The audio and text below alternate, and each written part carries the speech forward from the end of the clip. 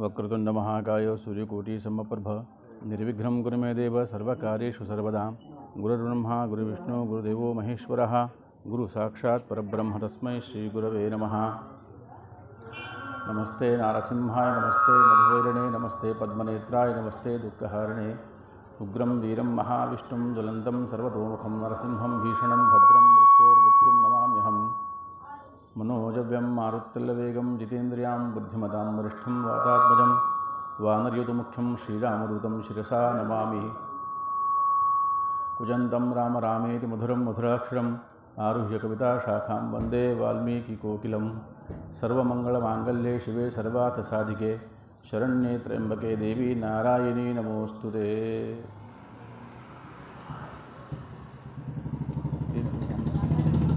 బంగారు మైసమ్మ ఆలయంలో ఈ రోజు నుంచి మనం దేవి భాగవత పురాణ ప్రవచనాన్ని చెప్పుకుంటున్నాం కాబట్టి దయచేసి అందరూ కూడా ఎవరికైతే అవకాశం ఉందో వాళ్ళందరూ కూడా కూర్చొని శ్రద్ధగా వినవలసిందిగా విజ్ఞప్తి. విశేషం ఏంటంటే అమ్మవారి యొక్క విషయాన్ని వినాలి అన్న సంకల్పం వచ్చినప్పుడు, అమ్మవారి గురించి తెలుసుకోవాలని సంకల్పం వచ్చినప్పుడు మనకి అదృష్టం అంటే మనసులో ఆలోచన వస్తే సాధ్యం కాని పనిది.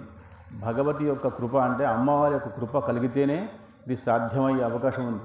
కాబట్టి దయచేసి ఎంతమందికి అవకాశం వస్తే అంతమంది ఎక్కువగా అమ్మవారిని కొలవండి. మనం ఆలయాన్ని నిర్మాణం చేసిన తర్వాత, అమ్మవారికి నిత్య పూజ చేసిన తర్వాత అమ్మవారికి కావాల్సింది అమ్మవారి యొక్క స్తుతి, అమ్మవారి గుణగణాలు, అమ్మవారి యొక్క అసలు అమ్మవారు ఎలా వచ్చింది, ఎందుకు వచ్చింది, ఎవరి కోసం వచ్చింది అన్న విషయం తెలుసుకోకుండా ఒకవేళ పూజలు చేస్తే ఆ పూజ పెద్దగా ఫలించే అవకాశం శాస్త్రమే చెప్పింది. కాబట్టి మనం ప్రతిష్టాపన చేసేటప్పుడు ఎన్ని విషయాలు కనుక్కుంటామో తెలుసుకుంటామో అన్ని విషయాలు రోజు మననం చేసుకోవాలి. రోజు మననం చేసుకునే అవకాశం లేదు కాబట్టి కనీసం దేవీ భాగవతాన్ని చెప్పించినప్పుడు విన్నప్పుడు మీకు ఈ విషయం అర్థమై అమ్మవారి యొక్క విశేష కృప మీకు వస్తుంది. చాలామందికి ఒక అలవాటుని ఉదయం వచ్చి ఆలయంలో నమస్కారం చేసిపోయిన తర్వాతనే చాలామంది భోజనం చేస్తారు, నీళ్ళు తాగుతారు. ఎందుకంటే వాళ్ళకి నమ్మకం భగవతి మీద, అమ్మవారి మీద.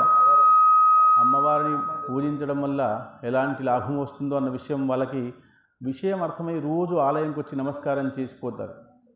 అయితే అలా అమ్మవారికి నమస్కారం చేసి వెళ్ళిపోవడం వల్ల వచ్చేటువంటి శక్తి ఏమైతే వాళ్ళకు ఉంటుందో వాళ్ళకి అర్థమవుతుంది. ఈరోజు నేను ఆలయంకి వెళ్ళాను, ఈరోజు వెళ్ళలేదు, వెళ్ళడం వల్ల నాకు ఎంతో లాభం అనిపించింది, వెళ్ళకపోవడం వల్ల నాకు పనులేమీ అవ్వట్లేదు అంటే మనసు తనకు తానే అమ్మవారికి అర్పితం చేసేస్తే మనకి ఎంత లాభం జరుగుతుందో అన్న విషయం స్పష్టంగా అర్థమవుతుంది. కాబట్టి అమ్మవారికి ఎప్పుడు కూడా, అందుకనే మాతృదేవోభవ, పితృదేవోభవ, ఆచార్యదేవోభవ అన్నారు. అందుకని మొట్టమొదటిది అమ్మవారి. కాబట్టి అమ్మవారిని గట్టిగా పట్టుకుంటే ఇంకా దేన్ని పట్టుకునే విషయం లేదు.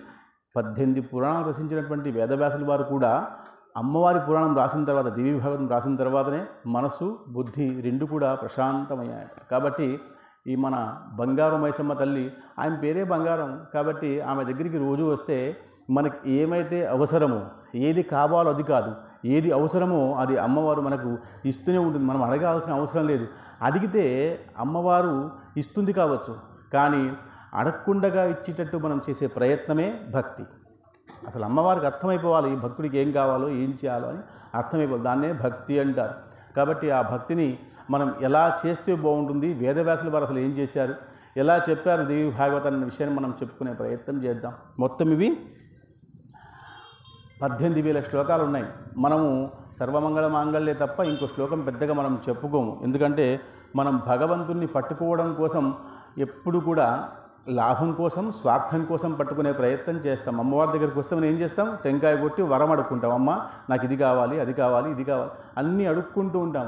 అమ్మవారు ఇస్తూ ఉంటుంది కాబోలు. కానీ అమ్మవారికి ఎప్పుడు తృప్తిగా ఉంటుందంటే నా గురించి మాత్రమే మాట్లాడి, నా విషయమే ఆలోచించి, నా కోసమే ఆలోచించేటువంటి భక్తుడు అంటే పరమప్రీతి అట అమ్మవారికి. కాబట్టి ఈ భాగవతం వినడం వల్ల మనకు మనసులో ఉన్నటువంటి విషయాన్ని అమ్మవారికి చెప్పే కంటే ముందే అమ్మవారికి అర్థమైపోయి మనకి ఇచ్చేసే అవకాశం కదా. కాబట్టి అమ్మవారిని బాగా గట్టిగా పట్టుకునే ప్రయత్నం చేయండి. 12 స్కంధాలు, 18,000 శ్లోకాలు. మనం అసలు నేనేమనుకున్నానంటే రోజు మనం గట్టిగా చెప్పుకుంటూ ఉంటే మీ అందరికీ దేవి భాగవతం వచ్చేస్తుంది. ఆలయం ఉండడం కాదు ముఖ్యం, ఆలయంలో ఉన్న అమ్మవారి గురించి తెలిసి ఉండడం కదా ముఖ్యం. మనకి అన్ని విషయాలు తెలిసి ఉంటే అమ్మవారి కృప విశేషంగా వస్తుంది. ఆలయాన్ని నిర్మించి రోజు అభిషేకం చేసి తీర్థప్రసాదాలు పంచడం అంటే అమ్మవారికి సంతోషం కాదు, అమ్మవారి యొక్క గుణగణాన్ని రోజు వింటూ ఉంటే సంతోషం. అందుకనే భాగవతము అన్నారు, భాగవతాన్ని వినాలని. అందుకనే వేదవ్యాసుల వారు ఉరికినే రాసిన 18 పురాణాలని. చాలామంది దురదృష్టం ఏమిటంటే 18 పురాణాల పేర్లు కూడా మనకు బాగా తెలియవు. అలాంటిది 18 పురాణాలు నిర్మించి రాసి రచించి అందరితో చెప్పించి వినమంటున్నారు, మనం వినట్లేదు. ఏదైతే చేయమంటున్నారో శాస్త్రోక్తంగా అది మనం చేయట్లేదు. ఏదైతే పెద్దగా పట్టింపు అవసరం లేదో దాన్ని బాగా చేసేసుకున్నాం. అలా అలవాటైపోయింది మనకు అందరికీ కూడా. అంటే వినడం, శ్రవణం వందనం కీర్తం దాసం భక్తి, ఇలా భక్తి ఉందో అలా శ్రవణమే మొట్టమొదటిది. కాబట్టి శ్రవణాన్ని చేస్తేనే లాభం ఎక్కువగా అయ్యే అవకాశం ఉంది. కాబట్టి దయచేసి ఇప్పుడైనా అమ్మవారికి కృప ఎలా ఉంటుందంటే, సరే నా భక్తుడు ఇప్పుడు మారుతున్నాడు కదా సంతోషిస్తుంది.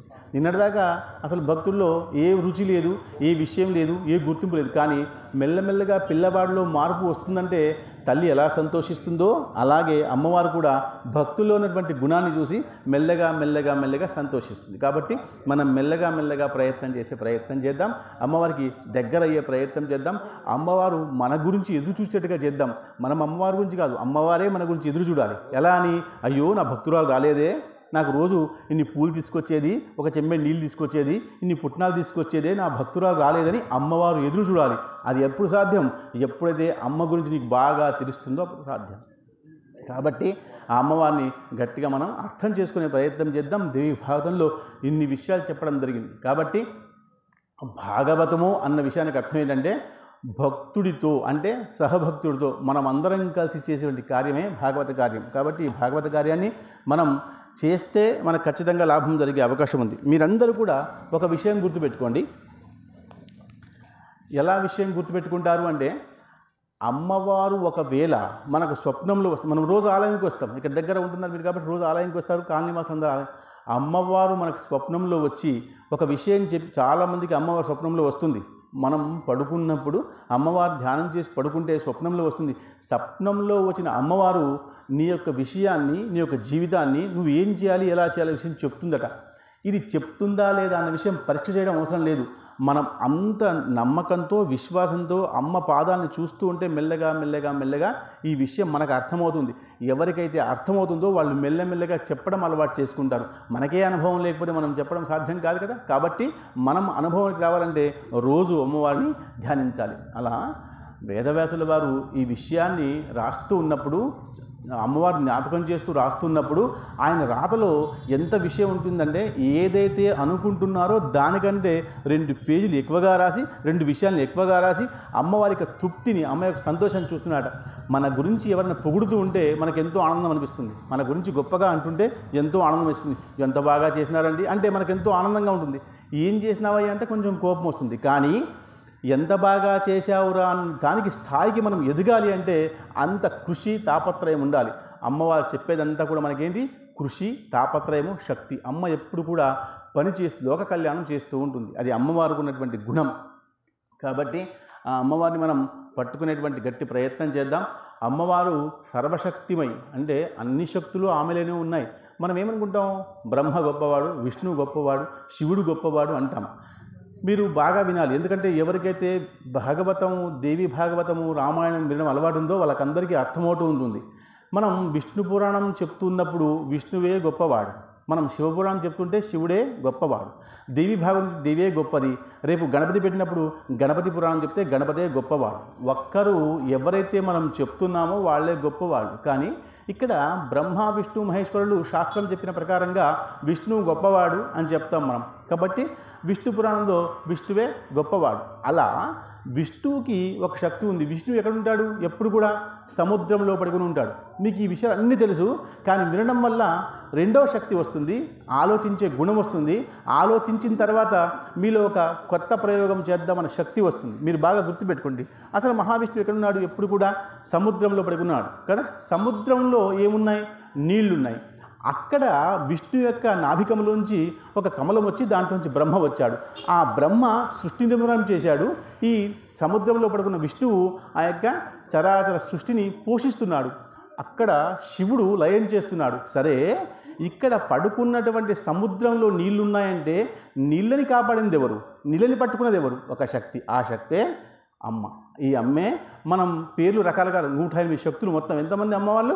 108 కదా. 108లో మన బంగారు మైసమ్మ తల్లి మనకు దగ్గరగా ఉంది కాబట్టి మన తల్లి, అవునా కదా. మనకెప్పుడు మన దగ్గరగా ఉన్నవాళ్ళు మన వాళ్ళు, మనల్ని చూసుకునే వాళ్ళు మన వాళ్ళు. కాబట్టి ఈ అమ్మ ఒక శక్తి. ఆ శక్తి అంటే నీళ్ళ కింద కూడా నీళ్ళలో శక్తి ఉండి విష్ణువుని కాపాడి విష్ణు నాభికములలోంచి బ్రహ్మ వచ్చి ఆ బ్రహ్మని కూడా శక్తివంతంగా చేసే శక్తి ఎవరిదట? అమ్మవారిదే. కాబట్టి ఆ అమ్మవారిని మనం అంత ఎలా పొగడాలి అంటే, అమ్మ నువ్వు ఇదంతా చేస్తున్నావు కాబట్టి సృష్టి ఉందమ్మా, ఆ సృష్టిలో నేను ఒక దాన్ని. సముద్రంలో ఎన్నో నీళ్ళు ఉంటాయి. ఒక చెంబె నీళ్ళు తీసుకొచ్చి మనం సముద్రపు నీళ్ళు పవిత్రంగా మానుకుంటున్నామా లేదా? గోదావరికి వెళ్ళి కొన్ని నీళ్ళు తీసుకొచ్చి ఈ నీళ్ళు గంగా నీళ్ళు పవిత్రంగా ఉంచుకుంటామా లేదా? అట్లా అమ్మవారి కృపలో ఒక భాగం, ఒక భక్తులం మనం. కాబట్టి అమ్మవారిని అలా పొగుడుతుంటే ఆహా నా గురించి నా భక్తుడికి అర్థమవుతుంది అని ఇంకా సంతోషంగా ఇంకా ప్రేమగా చూసుకుంటుంది. అది అమ్మకున్నటువంటి విషయం. కాబట్టి మనం అమ్మ గురించి తెలుసుకుంటూ ఉండాలి. అయితే ఇక్కడ విష్ణు ఏం చెప్తున్నాడట? అయ్యా నేను గొప్పవాణ్ణి అని నేను అనుకోవట్లే. చూడండి, అందుకనే చెప్తున్నాను, భాగవతం దేవి భాగవతం చెప్తున్నప్పుడు దేవి గురించే గొప్ప అంతా. విష్ణు సదాగా ఏమంటున్నాడు? నేను గొప్పవాణ్ణి అనుకోవట్లేదు. నన్ను ఏమంటున్నారు అందరూ? నేను ఆ యొక్క సృష్టిని పోషిస్తున్నాను అని అనుకుంటున్నారు అందరు కూడా. కాదు, అమ్మ నాకు శక్తి ఇస్తే, చైతన్యం ఇస్తే, లోపల గుణం ఇస్తే ఆ గుణం ద్వారా చేస్తున్నాను. చేస్తున్నది నేనైనా చేయిస్తుంది అమ్మే అని స్వతహాగా విష్ణువే ఒప్పుకుంటున్నాడు. అంటే బ్రహ్మ విష్ణు మహేశ్వరుల కంటే గొప్పవాడు ఒకరున్నారు, అది శక్తి. ఆ శక్తే అమ్మ. కాబట్టి దుర్గా, శక్తి, భద్రకాళి, మహాకాళి, మహాలక్ష్మి, మహాసరస్వతి, బాల, త్రిపురసుందరి, రాజరాజేశ్వరి, ఎన్నైనా పేర్లు పెట్టుకోండి. ఎన్ని పేర్లు పెట్టుకున్నా అన్నీ అమ్మాయే కదా. మనం ఒకసారి ఈ అమ్మను కలిసినప్పుడు మనం బాధగా వస్తే ఒక రకంగా మాట్లాడతాం, ప్రేమగా వస్తే ఒక రకంగా మాట్లాడతాం. మీరందరూ అలవాటు చేసుకోండి. అమ్మ దగ్గరికి వచ్చినప్పుడు ఆమె దగ్గర కూర్చుండి ఆమె పాదాన్ని చూసుకుంటూ బాగా చెప్పుకోండి అన్ని విషయాలు. బాగా మంత్రాలు, తంత్రాలు, పూజలు, పునస్కారాలు పెద్దగా అవసరం లేదు. కొంచెం సేపు సమయం అమ్మవారికి కావాల్సిన, ఎవరికైనా కావాల్సిన సమయం. ఇప్పుడు మనం ఏమంటాం? నాకు టైం లేదు కదా. ఇదే ఒక మాట మాట్లాడతాం. ఈ మాట మాట్లాడడం అమ్మవారి దగ్గర చేయకండి. అమ్మవారే మనకి టైం ఇచ్చింది. మనకు టైం ఇచ్చింది ఎవరు? 24 గంటలు. ఇంత వయసు, ఇంత ఆయుష్ ఎవరిచ్చినారు? అమ్మవారే కదా. అమ్మవారి కోసమే సమయం లేకపోతే అమ్మవారికి కోపం రాదా? మీ పిల్లాడైనా ఒకవేళ మీరు సమయం ఇవ్వకుండా ఉంటే మీ పిల్లవాడికి కోపం వస్తుందా రాదా? అలాగే మనం సమయం ఇవ్వకుండా ఉంటే అమ్మవారికి కూడా కోపం వస్తుంది. కాబట్టి సమయాన్ని కేటాయించాలి. అలా ఆ సమయాన్ని కేటాయించుకుంటూ అసలు బ్రహ్మ విష్ణు మహేష్ అందరూ చెప్పుకుంటున్నారే, నేను ఈ లోక కళ్యాణార్థం ఎప్పుడు కూడా నేను గొప్పవాడిగా చెప్పుకున్న పక్షంలో కూడా నేను గొప్పవాడిని కాదు, నాలో ఒక శక్తి ఉంది, ఆ శక్తి అమ్మవారే అని చెప్పుకోగానే అందరూ కూడా నిస్సహాయులు అయిపోతున్నారు. అంటే ఆహా ఏదో శక్తి ఉంది, ఈ శక్తి మనకు కనబడాలి, లేదా వినబడాలి, లేదా అర్థం అవ్వాలి. మూడిట్లో ఒకటి అవ్వాలి. ఏదీ కాకుండా ఉంటే సాధ్యం కాదు కదా. మనకు మూడిట్లో ఒకటి అర్థం అవ్వాలి. అదే అర్థం చేసుకునే విధానాన్నే భాగవతము అన్నా. బాగా గుర్తుపెట్టుకోండి. అమ్మవారిని అర్థం చేసుకోవాలి అంటే ఈ విషయం వింటే మనకు అమ్మవారు అర్థమవుతుంది. అర్థం అవ్వాలి అంటే అర్థమైన తర్వాత మనకు ప్రేమ వస్తుంది. అప్పటిదాకా అర్థమవుతుందా? నీ తల్లి నీ కోసం ఎంత చేసిందో నీకు తల్లి ఎప్పుడైతే బాధపడి చెప్తుందో అప్పుడు నీకు అర్థమవుతుంది. అప్పటిదాకా అర్థం కాదు. కొడుకు ఎలాంటి పనులు చేస్తాడో ఏం చేస్తాడో నాకు అర్థం కాదు. కానీ ఒక్కసారి పట్టుకొని రారా, నీ కోసం ఎంత కష్టపడుతున్నాను, నాన్న ఎంత కష్టపడుతున్నాను చెప్పుకుంటే అప్పుడు ఆ పిల్లవాడికి అర్థమైతే అప్పుడు తల్లి దగ్గరికి తీసుకొని అన్ని విషయాలు చెప్పినప్పుడు తల్లి గురించి, తండ్రి గురించి, కుటుంబం గురించి చెప్తే అప్పుడు ఎంతైతే ఆ పిల్లడు సంతోషిస్తాడో అంతకంటే అర్థమైంది కాబట్టి తల్లి సంతోషిస్తుందట. కాబట్టి అమ్మవారికి మనం అన్ని విషయాలు చెప్పుకుంటూ ఉంటే మెల్లగా ఆ పరాంబిక కృప మన మీద ఖచ్చితంగా ఉంటుంది. కాబట్టి ఆయన విష్ణు అంటున్నాడు, నేను గొప్పవాణ్ణి కాదు. ఒకప్పుడు నేను యుద్ధం చేస్తున్నప్పుడు, రాక్షసులతో యుద్ధం చేస్తున్నప్పుడు అక్కడ చేసి నేను అలసిపోయాను. విష్ణువు చెప్తున్నాడు ఈ మాట. ఏమని? నేను అలసిపోయినప్పుడు నాకు మళ్ళా మెలకువ ఎవరు తెచ్చారు? నేను అలసిపోయి పడుకున్నాను. ఎప్పుడైతే ధనుషబాణం పట్టుకొని కూర్చున్నానో దాని మీదనే పడుకొని నేను అలాగే నిద్రపోయాను. అలసిపోయిన వాడికి ఎక్కడైనా నిద్ర పడుతుంది, శ్రమ లేని వాడికి ఎక్కడ కూడా నిద్ర పడదు. గరకు నేలపై గురకలు వినరా అంటారు. కష్టపడ్డవాడు ఎక్కడైనా పడుకుంటాడు. కాబట్టి ఆయన కష్టపడ్డాడు, యుద్ధం చేశాడు, ఓడిపోతున్నాడని భయపడి కొంచెం సేపటి అలసిపోయి పడుకున్నాడు. ఎలాగైతే పడుకున్నాడో ఆ పడుకున్నప్పుడే నేను అన్ని శక్తులు అన్ని బాణాలు అన్ని విషయాలు మర్చిపోయాను. మర్చిపోతే కొంచెం సేపటి తర్వాత బ్రహ్మ వచ్చి ఆ యొక్క ఒక పురుగుని సృష్టించి ఆ పురుగు ఆ దారాన్ని ధనుషం యొక్క దారాన్ని తెంపిస్తే వింటినారి అంటారు, దారం ఉంటుందిగా, దాన్ని తెంపేస్తే అది తెగిపోతే నా యొక్క ధ్వజం అంటే నా యొక్క శిరభాగము ఎక్కడికో వెళ్ళిపోతే అప్పుడు విష్ణువుకే శిరస్సు లేకుండా ఉంటే ఎట్లా అని అందరూ ఆలోచిస్తున్నప్పుడు అక్కడ స్వతహాగా అమ్మవారు ప్రత్యక్షమై ఈయనకి శరీరం కావాలి, శిరస్సు కావాలంటే నేను ఉపాయం చెప్తానని చెప్పేసి ఒక గుర్రపు తలని తీసుకొచ్చి అక్కడ పెట్టేసి దానికి ప్రతిష్టాపన చేశారు. అదే హయగ్రీవ అవతారము. కాబట్టి ఇంత గొప్పగా ఉన్నటువంటి అమ్మవారే ఉంటే ఇంకా నేను గొప్పవాడిని ఎట్లా అవుతాను? చూడండి, అంటే అమ్మ గొప్పదని చెప్పుకోవడం కోసం మనం కిందికి రావాలి. అమ్మ గొప్పవారు అవ్వాలంటే మనం కిందికి రావాలి. విష్ణువు లాంటి వాడు ఏమంటున్నాడు, అసలు అమ్మ లేకుండా ఉంటే నాకు ప్రాణమే లేదు, కాబట్టి అమ్మే గొప్పది అని చెప్పంగానే అందరూ ఆశ్చర్యపోతున్నారట. అంటే విష్ణువు స్వతహాగా రాజు, అంటే రజతమ సత్వగుణాల్లో గొప్పవాడు విష్ణువు.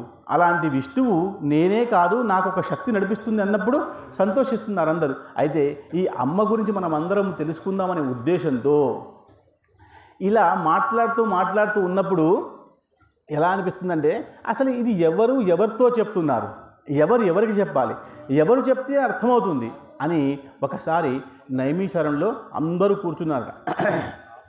మీరు గుర్తుపెట్టుకోండి, నైమిషారణ్యము, దండకారణ్యము, బద్రికారణ్యము, ఇలా అరణ్యాలు మనమంతా కూడా దండకారణ్య భాగంలో ఉన్నాం. ఇదంతా దండకారణ్యం. రామచంద్ర వారు ఈ భాగంలోనే చాలాసేపు ఉండి ఇక్కడ వనవాసం చేసుకొని పోయినటువంటి స్థానం ఇదంతా కూడా. కాబట్టి అప్పుడు భాగాల్లో ఇలా కొలిచేవారు కాదు. నిజామాబాద్ జిల్లా, నిర్మల్ జిల్లా, ఆదిలాబాద్ జిల్లా కొలిచేవారు కాదు. అరణ్యాలు దండకారణ్యము, నైమిషారణ్యము, బద్రికారణ్యము ఇలా చేసేవారు. అయితే నైమిషారణ్యంలో సూత మహాముని కూర్చుండి అందరితో కూడా విషయాలు 88,000 మంది శౌనక ఋషులతో మాట్లాడుతున్నాడు. అంటే ఎంతమంది వింటున్నారు పురాణము? 88,000 మంది వింటున్నారు. ఏమిటి కారణం? వాళ్ళకందరికీ తెలియదా? వాళ్ళందరూ ఋషులు మునులు, వాళ్ళకి వినడం తప్ప ఇంకో పని లేకపోయిన పక్షంలో కూడా తెలిసిన విషయాన్ని మళ్ళీ వినడం వల్ల పుణ్యము జ్ఞానము రెండూ వస్తాయి. మీరు బాగా గుర్తుపెట్టుకోండి, మీకు తెలిసిన విషయాన్ని మళ్ళీ వినడం వల్ల మీకు పుణ్యం వస్తుంది. తెలిసిపోయిందిలే అనుకుంటే ఇంకేం లేదు. ఇవాళ భోంచేయాలి, రేపు భోంచేయాలి, ఎల్లుండి భోంచేయాలి.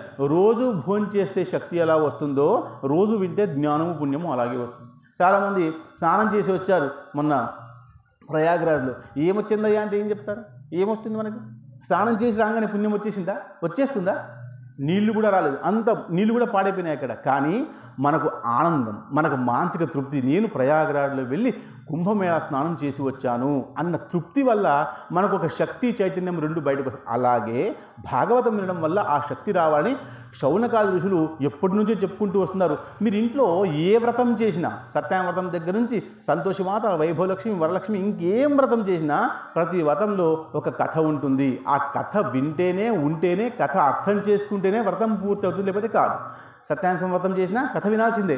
అలా భాగవతం, దేవి భాగవతం వింటేనే పూర్తిగా పుణ్యం వస్తుంది, ఈ జన్మకి సుకృతం వస్తుంది. ఎందుకంటే 84 లక్షల జీవం అయిపోయిన తర్వాత మనుష్య జన్మ వచ్చిందే. ఈ జన్మను మనం ఇలా అసలు ఏమి లేకుండా, సారం లేకుండా చేసుకోకూడదు. కళ్ళు ఉన్నాయి, అమ్మవారిని చూడాలి. చేతులు ఉన్నాయి, అమ్మవారికి సేవ చేసుకోవాలి. కాళ్ళు ఉన్నాయి, అమ్మవారి దగ్గర నడుచుకుంటూ రావాలి.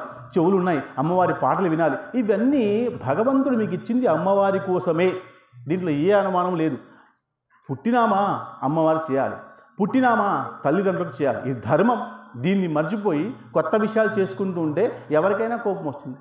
కాబట్టి తల్లి తండ్రిని పిల్లలు పోషించిన తర్వాత, పెద్దవాడైన తర్వాత ఆ పిల్లవాళ్ళు తల్లిని చూసుకోకుండా ఉంటే, తండ్రిని చూసుకోకుండా ఉంటే ఎంత దుఃఖం వస్తుందో అంతే దుఃఖం అమ్మవారికి కూడా వస్తుంది. నన్ను తీసుకొచ్చారు, పెట్టారు, ప్రతిష్టాపన చేశారు, నా గురించి పూజలు లేవు, ప్రవచనం లేదు, వినేవాళ్ళు లేరు అని బాధపడుతుందా లేదా? కాబట్టి మనకు ఎంత అయితే అంత సమయాన్ని కేటాయించాలి. ఈ సమయం అంతా ఇచ్చింది 70 సంవత్సరాలు, 60 సంవత్సరాలు, 24 గంటలు అంతా అమ్మే. కాబట్టి అమ్మని గట్టిగా పట్టుకోవాలి. అలా ఈ శౌనకాలు వింటున్నారు. శౌనకుడు ఎక్కడ? నైమిషారణ్యంలో కూర్చున్నారు. బాగా వినండి. ఇంకో విషయం, బాధపడకండి. ప్రవచనం వినడం కూడా అలవాటు చేసుకోవాలి. రాదు, మనకేం అలవాటు అయిపోయిందంటే రావడం, పూజ చేసుకోవడం, వెళ్ళిపోవడం, రెండే. ఎందుకంటే మనకు సమయం ఉండదు కాబట్టి విషయాన్ని అర్థం చేసుకునే శక్తి సామర్థ్యాలు మనకు లేవు. కాబట్టి విషయాన్ని అర్థం చేసుకోవాలంటే వినడం అలవాటు చేసుకోవాలి. చాలామందికి కూర్చోవడం ఇబ్బంది, వినడం ఇబ్బంది, అర్థం చేసుకోవడం ఇబ్బంది. కానీ ఏదైతే ఇబ్బందికరంగా ఉంటుందో అది ఫలం ఎక్కువ. ఏదైతే అర్థం కాదో అర్థం చేసుకుంటే లాభం ఎక్కువ. ఏదైతే సునాయాసంగా ఉంటుందో సునాయాసంగా వస్తుంది, సునాయాసంగా వెళ్ళిపోతుంది. కాబట్టి సునాయాసంగా ఉన్నదాన్ని చేయకూడదు. ఏదైతే నియమాల్లో ఉంటుందో నియమం పాటిస్తే పుణ్యం ఎక్కువ. కాబట్టి 88,000 మంది శౌనకాలలో కూర్చుంటే శౌనకుడు, మీరు బాగా చాలా పుస్తకాల్లో మీరు విని ఉంటారు, నైమిషారణము శౌనకారుషు. శౌనకుడు అంటే వినేవాడు అని అర్థం, అంతే వాళ్ళ పేరు, వినేవాడు శౌనకుడు. సూతుడు అంటే చెప్పేవాడు, సూతము అంటే దారము. ఇక్కడ ఉన్నటువంటి అజ్ఞానాన్ని జ్ఞానం నుంచి తీసుకుపోయి అక్కడికి పంపిస్తాడు. ఇది జ్ఞానము, ఇది అజ్ఞానం. ఇది సూత మహర్షి యొక్క విషయం. అందుకనే ఎక్కడైనా మనం ప్రవచనం విన్న వాళ్ళం మీరందరూ కూడా ఎక్కడైనా కథ చెప్తుంటే ఈ సూతులు శౌనకారుషులు నైమిషారణం అనగానే బాగా ఆలోచించకూడదు. ఆహా, నాకు తెలిసిపోయింది, ఎందుకంటే నేను బంగారు మైసమ్మ ఆలయంలో దేవి భాగవతం విన్నాను కాబట్టి నాకు తెలుసు. సూతుడు అంటే చెప్పువాడు, శౌనకుడు అంటే వినేవాడు, నైమిషారణం అంటే అరణ్యము. ఇది జ్ఞానం, ఇది జ్ఞానం. ఎలాగయ్యా మీకు తెలుసు అంటే మేము విన్నాం కాబట్టి. ఎందుకు? మీరు దేవి భాగవతం చెప్పించారు కాబట్టి మనం చేస్తున్నాం కాబట్టి. ఈ విషయాన్ని గుర్తుపెట్టుకోవాలి. వాళ్ళు 88,000 మంది వింటూ ఉంటే ఆ సూతుడు చెప్తున్నాడ, సూతాహ పరమ పవిత్ర. ఆయన ఏం మాట మాట్లాడినా పరమ పవిత్రంగా ఉంటుందట. ఆయన వేదవ్యాసుల వారికి శిష్యుడు. గుర్తుపెట్టుకోండి, వేదవ్యాసుల వారు అసలు 18 పురాణం రచించేవారు వేదవ్యాసుల వారు. వేదవ్యాసుల వారి యొక్క ఆశ్రమం మనకు దగ్గర ఉంటుంది. ఇక్కడ బాసర దగ్గర ఆయన పెద్ద ఆలయం ఉంది. ఇక్కడ వ్యాసపురం, అది అసలు వ్యాసపురం, బాసర మొత్తం కూడా వ్యాసపురము. గుర్తుపెట్టుకోండి, అది వ్యాసపురము. కాబట్టి అక్కడ వ్యాసుల వారు కొంతకాలం ఉండి ఎన్నో విషయాలు చేసి ఆఖరికి మనందరికీ జ్ఞానం రావాలనే ఉద్దేశంతో, ఆ రావాలనే ఉద్దేశం సంకల్పంగా పెట్టుకొని అమ్మవారినే ప్రతిష్టాపన చేశారు. సరస్వతి అమ్మవారు, జ్ఞాన సరస్వతి. కాబట్టి ఆ సరస్వతి ప్రతిష్ఠితం అయిందనే కారణం ఏమిటి? ఆ వేదవ్యాసుల వారే.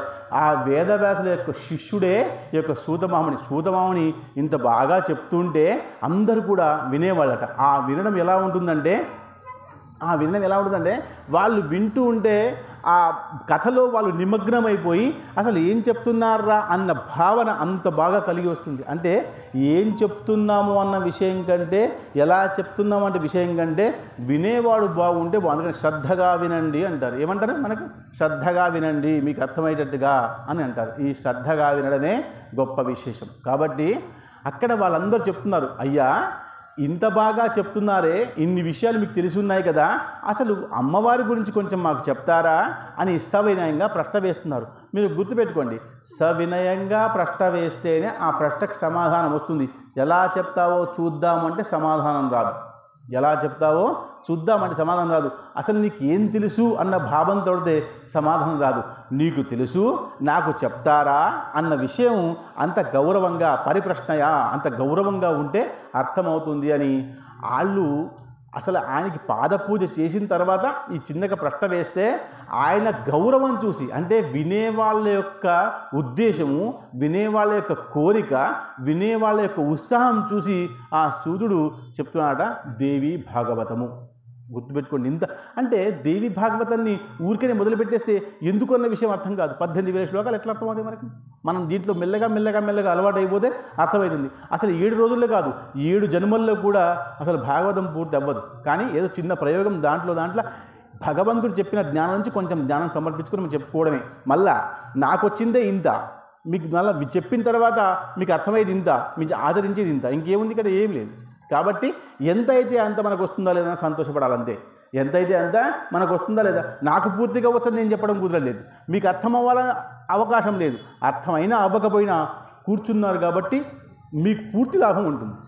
మీకు ఒక విషయం బాగా చెప్పాలి, సర్వవేదేషు యత్పుణ్యం, అన్ని వేదాలు చదివిన పుణ్యం మీకు వస్తుందట. అన్ని వేదాలు, 4 వేదాలు ఉన్నాయి కదా, ఋగ్వేదం, సామవేదం, యజుర్వేదం, ఈ వేదాలన్నీ కూడా చదివేటటువంటి పుణ్యం వస్తుందా. సర్వ విద్యానాం, అసలు సర్వతీర్థానం, అన్ని తీర్థాలు తిరిగిన. ఎన్ని తీర్థాలు ఉన్నాయి? మొత్తం 300 కోట్ల తీర్థాలు ఉన్నాయి. మనం పోయేది ప్రయాగ, గయ, కాశీ, ఇంకా రామేశ్వరం, ఇన్నే పోతాం. 300,000 కోట్లు తీర్థాలు, ఇవన్నీ స్వర్గంలో ఉన్నాయి. ఇవన్నీ చేసినప్పుడు పుణ్యము ఒక భాగవతం, దేవి భాగవతం పురాణం వల్ల వస్తుందట. ఇది సత్యము సత్యము సత్యము. దీన్ని విశ్వసించరు. ఎందుకో మరి జనాలకి విశ్వాసం లేదు. ప్రయాగరాజ్లో స్నానం చేసి వస్తే పుణ్యం వస్తుంది ఎవరు చెప్పినారో కానీ కోట్ల మంది వెళ్ళినారు కదా. పుష్కరాల్లో స్నానం చేస్తే పుణ్యం వస్తుంది, కానీ ప్రవచనం వింటే పుణ్యం వస్తుందన్న విషయాన్ని ఇంకా ఎందుకు పట్టుకోవట్లే? ప్రవచనం చెప్తే పుణ్యం వస్తుందన్న విషయం పట్టుకోవడం కోసం వేదవ్యాసుల వారు 18 పురాణాలు రాశారే, రాసి వినమన్నారు, వినపడడానికి అవకాశం కల్పించారు, వ్యాసపీఠాన్ని పెట్టారు, ఎంతోమంది శిష్యులతో చెప్పించారు. కానీ ఎవ్వరికి ఈ విషయం అర్థం అవ్వట్లేదు. మెల్లగా అర్థమవుతుంది కాబట్టి, ఎందుకంటే కలియుగం కాబట్టి తొందరగా అర్థం కాదు. ఏదైతే సునాయాసం బడి తీసుకోవడం, పోవడం, స్నానం చేసి అవడం, పుణ్యం వచ్చింది అనుకోవడం అంతే. దీనివల్ల పుణ్యం ఎలా వస్తుందో అమ్మే చెప్పాలి.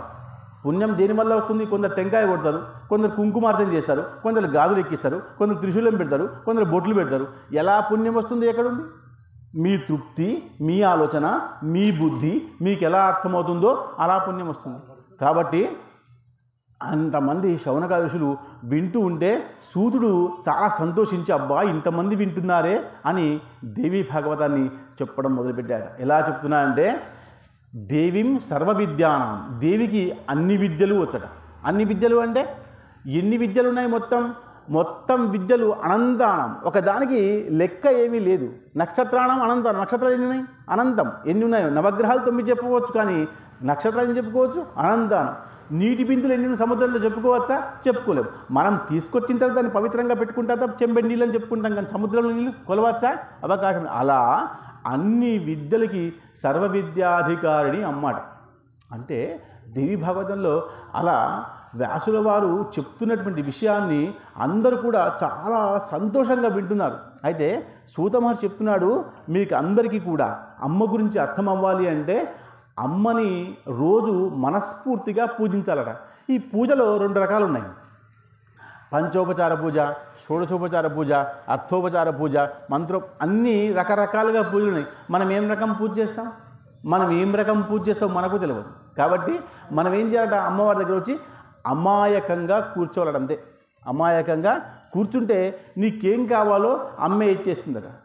నాకు ఇది కావాలి అని చెప్తే ఎన్ని కావాలి? ఇప్పుడు తండ్రికి చాక్లెట్ కొనివ్వాలి అనిపిస్తుంటే తండ్రి ఎంతో ప్యాకెట్ తీసుకొస్తాడు, కానీ కొడుకు అడిగితే ఇప్పుడు వద్దురా బాబు నీకు దగ్గు వస్తుందని చెప్తాడు. ఎందుకు?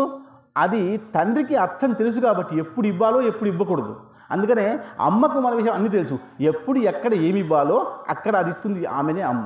కాబట్టి మనం అమాయకంగా కూర్చుంటే ఖచ్చితంగా లాభం జరిగే అవకాశం. అలాంటిది సూత మహర్షి దేవి భాగవతం గురించి చెప్పుకుంటూ ఏమన్నారంటే, దేవీనాం సర్వ విద్యానాం, అన్ని విద్యలు ఉన్నటువంటి అమ్మే ఆ యొక్క దేవి.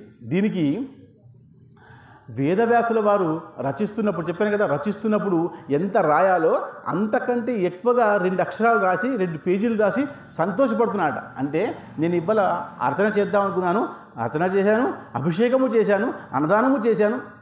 మనం ఎంత తృప్తి పడతాం? మనం ఏం చేస్తాం? అభిషేకం చేద్దాం అనుకుంటాం. కాదు, ఇవాళ తృప్తిగా ఉంది, అభిషేకం చేసుకుంటూ మళ్ళీ ఏం చేద్దాం? అన్నదానం కూడా చేద్దాం, ఇంకా సంతోషం. అన్నదానం చేస్తాం కదా, అన్నదానం చేసిన తర్వాత అక్కడ ఇస్తార్లన్నీ కూడా మనమే తీసేద్దాం. ఎంతైతే అంత సేవ చేసుకుందాం, గుడిని తూడ్చేద్దాం. ఎంతైతే అంత సంతోషాన్ని అమ్మకి చూపించే ప్రయత్నం చేయాలి.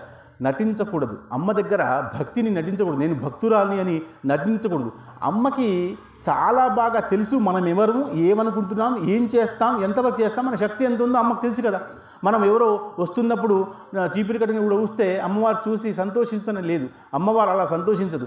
అమ్మవారు మనస్ఫూర్తిగా కష్టంగా చేస్తేనే కొంచెం సంతోషిస్తుంది. ఎందుకంటే ఒకవేళ సంతోషించిన తర్వాత మళ్ళీ మనం చేయడం మానేస్తాను భయం. అమ్మ మనల్ని ఎప్పుడు కూడా పనిలో ఉంచే ప్రయత్నం చేస్తుంది. ఎప్పుడు కూడా మనం పనిలో ఉండాలి. లేకపోతే కార్యం చేయకుండా ఉండే మనిషి అలసిపోతాడు, లేదా కార్యం చేయకుండా ఉండే మనిషి అనారోగ్యం పాలవుతాడు. ఇది సత్యం. కాబట్టి పని లేని వాడికి ఎప్పుడు కూడా అనారోగ్యంగా ఉంటుంది. పని ఉంటే ఎప్పుడు కూడా హుషారుగా ఉంటాడు. మీరు గుర్తుపెట్టుకోండి ఈ ముక్క. కాబట్టి ఆ పేజీలు రాస్తుంటే 2 రాసి సంతోషిస్తూ ఉంటే అసలు ఈ సూతుల వారు నైమిషారణ్యంలో ఆ శౌనక ఋషులతో అంటున్నాడా, శౌనక ఋషులారా, మీకు వేదవ్యాసుల వారి యొక్క జన్మ తెలుసా? ఎవరైతే ఇంత పెద్ద విషయం రాశారో ఆయన గురించి మీకు తెలుసా అంటే వాళ్ళు అంటున్నారు, మాకు తెలుసు. బాగా వినండి, మాకు తెలుసు, కానీ ఆయన గురించి ఇంకా తెలుసుకుందామని జిజ్ఞాస ఉంది మాకు. దేని గురించి అయినా ఇంకా తెలుసుకొని జిజ్ఞాస ఉండాలి. ఇప్పుడు మనం దేవి భాగవతం చెప్పుకుంటున్నాం, 7 రోజుల్లో అసలు పూర్తి అవ్వదు. కానీ విందామన్న ఆలోచన శక్తి సామర్థ్యం ఉంటే ఇంకా మళ్ళీ పెట్టు. సప్తశతి ఉంది, దేవి ఖడ్గమాల ఉంది, ఎన్నో విషయాలు మనం తెలుసుకోవాలి అమ్మవారి గురించి. అమ్మవారి గురించి ఎంత తెలుసుకున్నా తక్కువే. అమ్మ ఒక దగ్గర ఉన్నటువంటి విషయం కాదు కదా, అమ్మ సర్వశక్తిమై, ఎక్కడైనా అక్కడ అమ్మే ఉంది. కాబట్టి అమ్మని తెలుసుకోవడం చాలా కష్టం. అమ్మ 108 అవతారాలు, దాంట్లో మనం ఎక్కడైనా వెతుక్కోవాలి, మనకి ఏం కావాలి కాబట్టి ఎక్కడ వెతుక్కోవాలి. మనం ఇప్పుడు బంగారు మైసమ్మ దగ్గర ఉంది కాబట్టి మనం పూజ చేసుకుంటాం, సంతోషం. మళ్ళీ దుర్గామాత ఉంటే, మళ్ళీ ఇంకో మైసమ్మ ఉంటే, పోచమ్మ ఉంటే, నల్ల పోచమ్మ ఉంటే, తెల్ల అమ్మవార్లు కాదా, వాళ్ళు వాళ్ళ ప్రకారంగా పూజ చేస్తున్నారా లేదా, అలా. కాబట్టి మనం అమ్మవారిని ఎలా పట్టుకోవాలో అంటే, అమ్మవారు ఎక్కడైతే మనం స్థానంలో కూర్చుని ఉన్నామో ఆ స్థానంలో మనం పట్టుకొని అమ్మవారిని కృప చూపించమని అడగాలట.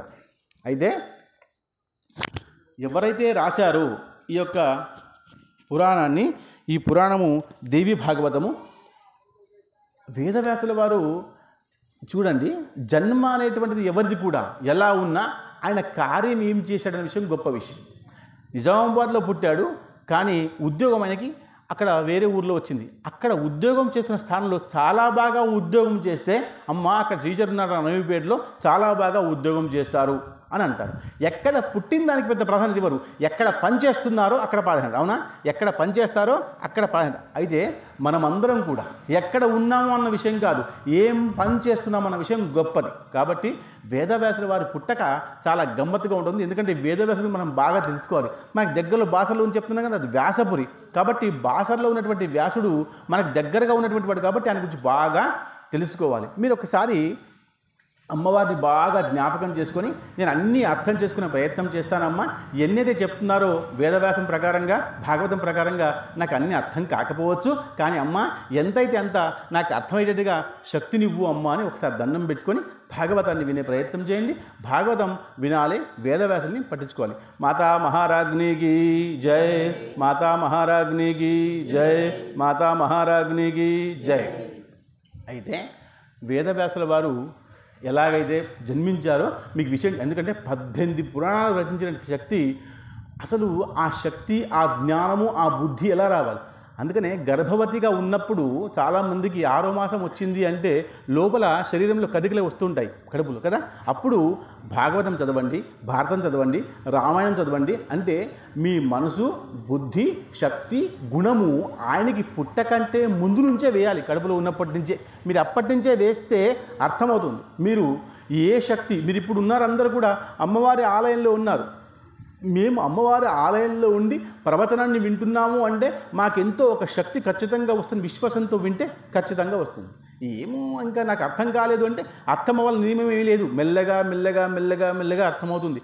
మంచి మెల్లగా అర్థమవుతుంది, చెడు తొందరగా అర్థమవుతుంది. అవునా, చెడు తొందరగా అర్థమవుతుంది, మంచి మెల్లగా మెల్లగా మెల్లగా అర్థమవుతుంది. కాబట్టి వేదవ్యాసుల వారు ఎలా పుట్టారన్న విషయాన్ని బాగా స్పష్టంగా చెప్పారు భాగవతంలో. కాబట్టి ఆయన ఇక్కడ దేశ కాల మాన పరిస్థితి అంటారు. అంటే ఈ దేశంలో ఉన్నప్పుడు ఇలా ఉండాలి, వేరే దేశంకి వెళ్తే వేరే రకంగా ఉండాలి, సముద్రం దాటిపోతే ఇంకో రకంగా ఉండాలి. మనం ఇక్కడ ఉన్నటువంటి చలి వాతావరణము, ఎండ ఇంకో రకంగా ఉండదు, అక్కడ వెళ్తే వేరే రకంగా ఉండదు. కాశ్మీర్కి వెళ్తే చాలా చలి పెడుతుంది కాబట్టి దుప్పట్లు కప్పుకొని పోవాలి. అంటే కాలాన్ని, మానాన్ని, దేశాన్ని మార్చుకుంటూ పోతే అలా మారుకుంటూ పోతారట. అయితే చాలా పాతకాలంలో ఒక రాజు ఉండేవాడు. ఈ రాజు పేరు ఉపరిచర మహారాజు. మీరు కథలో ఉండే ప్రయత్నం చేయండి, మెల్లగా మెల్లగా అర్థమవుతుంది. ఈ మహారాజు పేరేమి? ఉపరిచర మహారాజు. ఈ ఉపరిచర మహారాజుకి అసలు ఎంత శక్తి ఉందంటే, ఆయన జ్ఞానంతో, ఆయన బుద్ధితో, జప తపశక్తితో ఆయన ఇంద్రుణ్ణి కూడా గెలుచుకొని, మనస్ఫూర్తిగా గెలుచుకొని ఆయన దగ్గర ఒక బహుమానాన్ని తీసుకున్నాడు. ఆ బహుమానము పుష్పక విమానము. మహారాజు పేరేమి? ఉపచర్య మహారాజు. ఉపరిచర మహారాజు. ఉపరిచర అంటే పై భాగంలో ఉండేటువంటి రాజు అని అర్థం. అంటే ఈయన ఆ పుష్పక విమానాన్ని తీసుకొని, బహుమానంగా తీసుకొని దాంట్లో ఉండి ఎప్పుడు కూడా కింద తక్కువగా ఉండి పై భాగంలో ఎక్కువగా ఉండేవాడట. ఆయనకి ఇష్టం పై భాగంలో తిరుక్కుంటూ ఉండేవాడు. కాబట్టి మెల్లగా మెల్లగా మెల్లగా ఆయన పేరు ఉపరిచర మహారాజు అని పడిపోయిందట. అంటే పైనే ఉంటాడు, కింద తక్కువగా ఉంటాడని అర్థం. కాబట్టి ఈ రాజు ఎంత శక్తివంతుడంటే, అసలు ఆయన ఇంద్రుడి యొక్క మనసు గెలుచుకొని పుష్పక విమానాన్ని తీసుకునే శక్తి సామర్థ్యం ఉన్నాయి. కాబట్టి ఆయన అలా ఉంటుంటే కింద ఉన్న వాళ్ళు రాజులు, మహారాజులు, పైన రాజులు, మహారాజులు అందరూ కూడా ఆయన చూసి ఈర్ష్యపడేవారట. అయ్యో, ఈయనకి ఇంద్రుడు ఇచ్చాడు సరే, ఈయన ఎప్పుడు కూడా పైనే ఉంటాడే, ఈయనకి కార్యమేమి లేదా, కిందికి రాడా, పైన అసలు ఏంటి కారణం అని ఆయన గురించి అనుకుంటూ ఉంటున్నారట. అయితే ఈ ఉపచర్య మహారాజుకి గిరిక అని ఒక భార్య ఉంది. భార్య అంటే తల్లి, భోజ్యేషు మాత శయనేషు రంభ కార్యేషు మంత్రి కర్ణేషు దాసి. భార్య అంటే తల్లితో సమానం. అందుకనే ఆ తల్లిని ఎంత గొప్పగా అందుకనే తల్లి గురించి మనం చెప్పుకుంటున్నప్పుడు మనం అంత శ్రద్ధగా మనస్ఫూర్తిగా వింటే ఆ తల్లి మనలో వచ్చి కూర్చుంటుంది, మనకి మంచి బుద్ధి జ్ఞానాన్ని ప్రసాదిస్తుంది. అది తల్లికి ఉన్నటువంటి గుణం. అందుకనే తల్లి యొక్క మనసుని గెలుచుకోవాలి. తల్లి యొక్క మనసుని గెలుచుకోవాలి. తల్లి మనసుని గెలుచుకుంటే మనస్ఫూర్తిగా అన్నీ ఇచ్చేస్తుంది. ఒకవేళ తల్లికి అనుకూలంగా ఉండకుండా ప్రతికూలంగా ఉండే ప్రయత్నం చేస్తే ఈ అమ్మ దగ్గర ఉన్నట్టుగా కొందరి దగ్గర గండ్రగొడ్డలి ఉంటుంది, కొందరి దగ్గర త్రిశూలం ఉంటుంది, కొందరి దగ్గర కత్తి ఉంటుంది, కొందరి దగ్గర ఖడ్గము ఉంటుంది. తప్పు చేసిన వాళ్ళకి శిక్షించడం అమ్మ పని. గుర్తుపెట్టుకోండి, పిల్లవాళ్ళు తప్పు చేస్తుంటే తల్లి కొడుతుందా కొట్టదా? ఆ కొట్టడంలో పిల్లాడి యొక్క ఎదుగుదల దాగి ఉంటుంది. పిల్లాడిని కొడుతుంది అంటే తల్లి ఏమైనా శత్రుత్వమా, పగనా, ఆస్తిపాత్రుల విషయం ఉందా? లేదు. పిల్లవాడు ఎదగాలని ఒకే ఒక ఉద్దేశం. అలాగే అమ్మవారి దగ్గర ఉన్న శస్త్రాస్త్రాలు కూడా మన దగ్గర భయం చూపడానికే తప్ప మనకు కొట్టడానికి కాదు. కానీ ఆమె మనసే గెలుచుకుంటే ఆ శస్త్రాస్త్రాలతో మనం ఆడుకోవచ్చు. కాబట్టి ఆ శస్త్రాన్ని మనం భయపడకూడదు, అస్త్రాన్ని భయపడకూడదు. అలా ఉపచర్య మహారాజు పైన ఉంటున్నాడు. గిరిక ఉంది. గిరిక మహాసాధ్వి, మహాపతివ్రత. భార్య ఎంత పతివ్రతగా ఉంటే భర్త అంత గొప్పగా ఎదిగే అవకాశం ఉంది. అందుకనే ఈ పతివ్రతలో సీత, సావిత్రి, అహిల్య, మండోదరి ఇట్లా చెప్పుకుంటామా లేదా? వీళ్ళందరూ పతివ్రతలు. మండోదరి రాముని భార్య. ఎంతో రాక్షసుడు, పరమ దుర్మార్గుడు. అయినా మండోదరి యొక్క పూజా పునస్కారం వల్ల ఆయన ఇక్కడ దాకా గెలుచుకుంటూ వచ్చాడు. స్వతహాగా రాముడితో కూడా యుద్ధం చేసే శక్తిని సంపాదించుకున్నాడు. దేనివల్ల? మండోదరి యొక్క పాతివ్రత్యం వల్ల. గుర్తుపెట్టుకోండి, పాతివ్రత్యం చాలా గొప్పది. పతిని ఎంత గౌరవిస్తే అంత లాభం ఎక్కువగా ఉంటుందట. అయితే కనబడదు.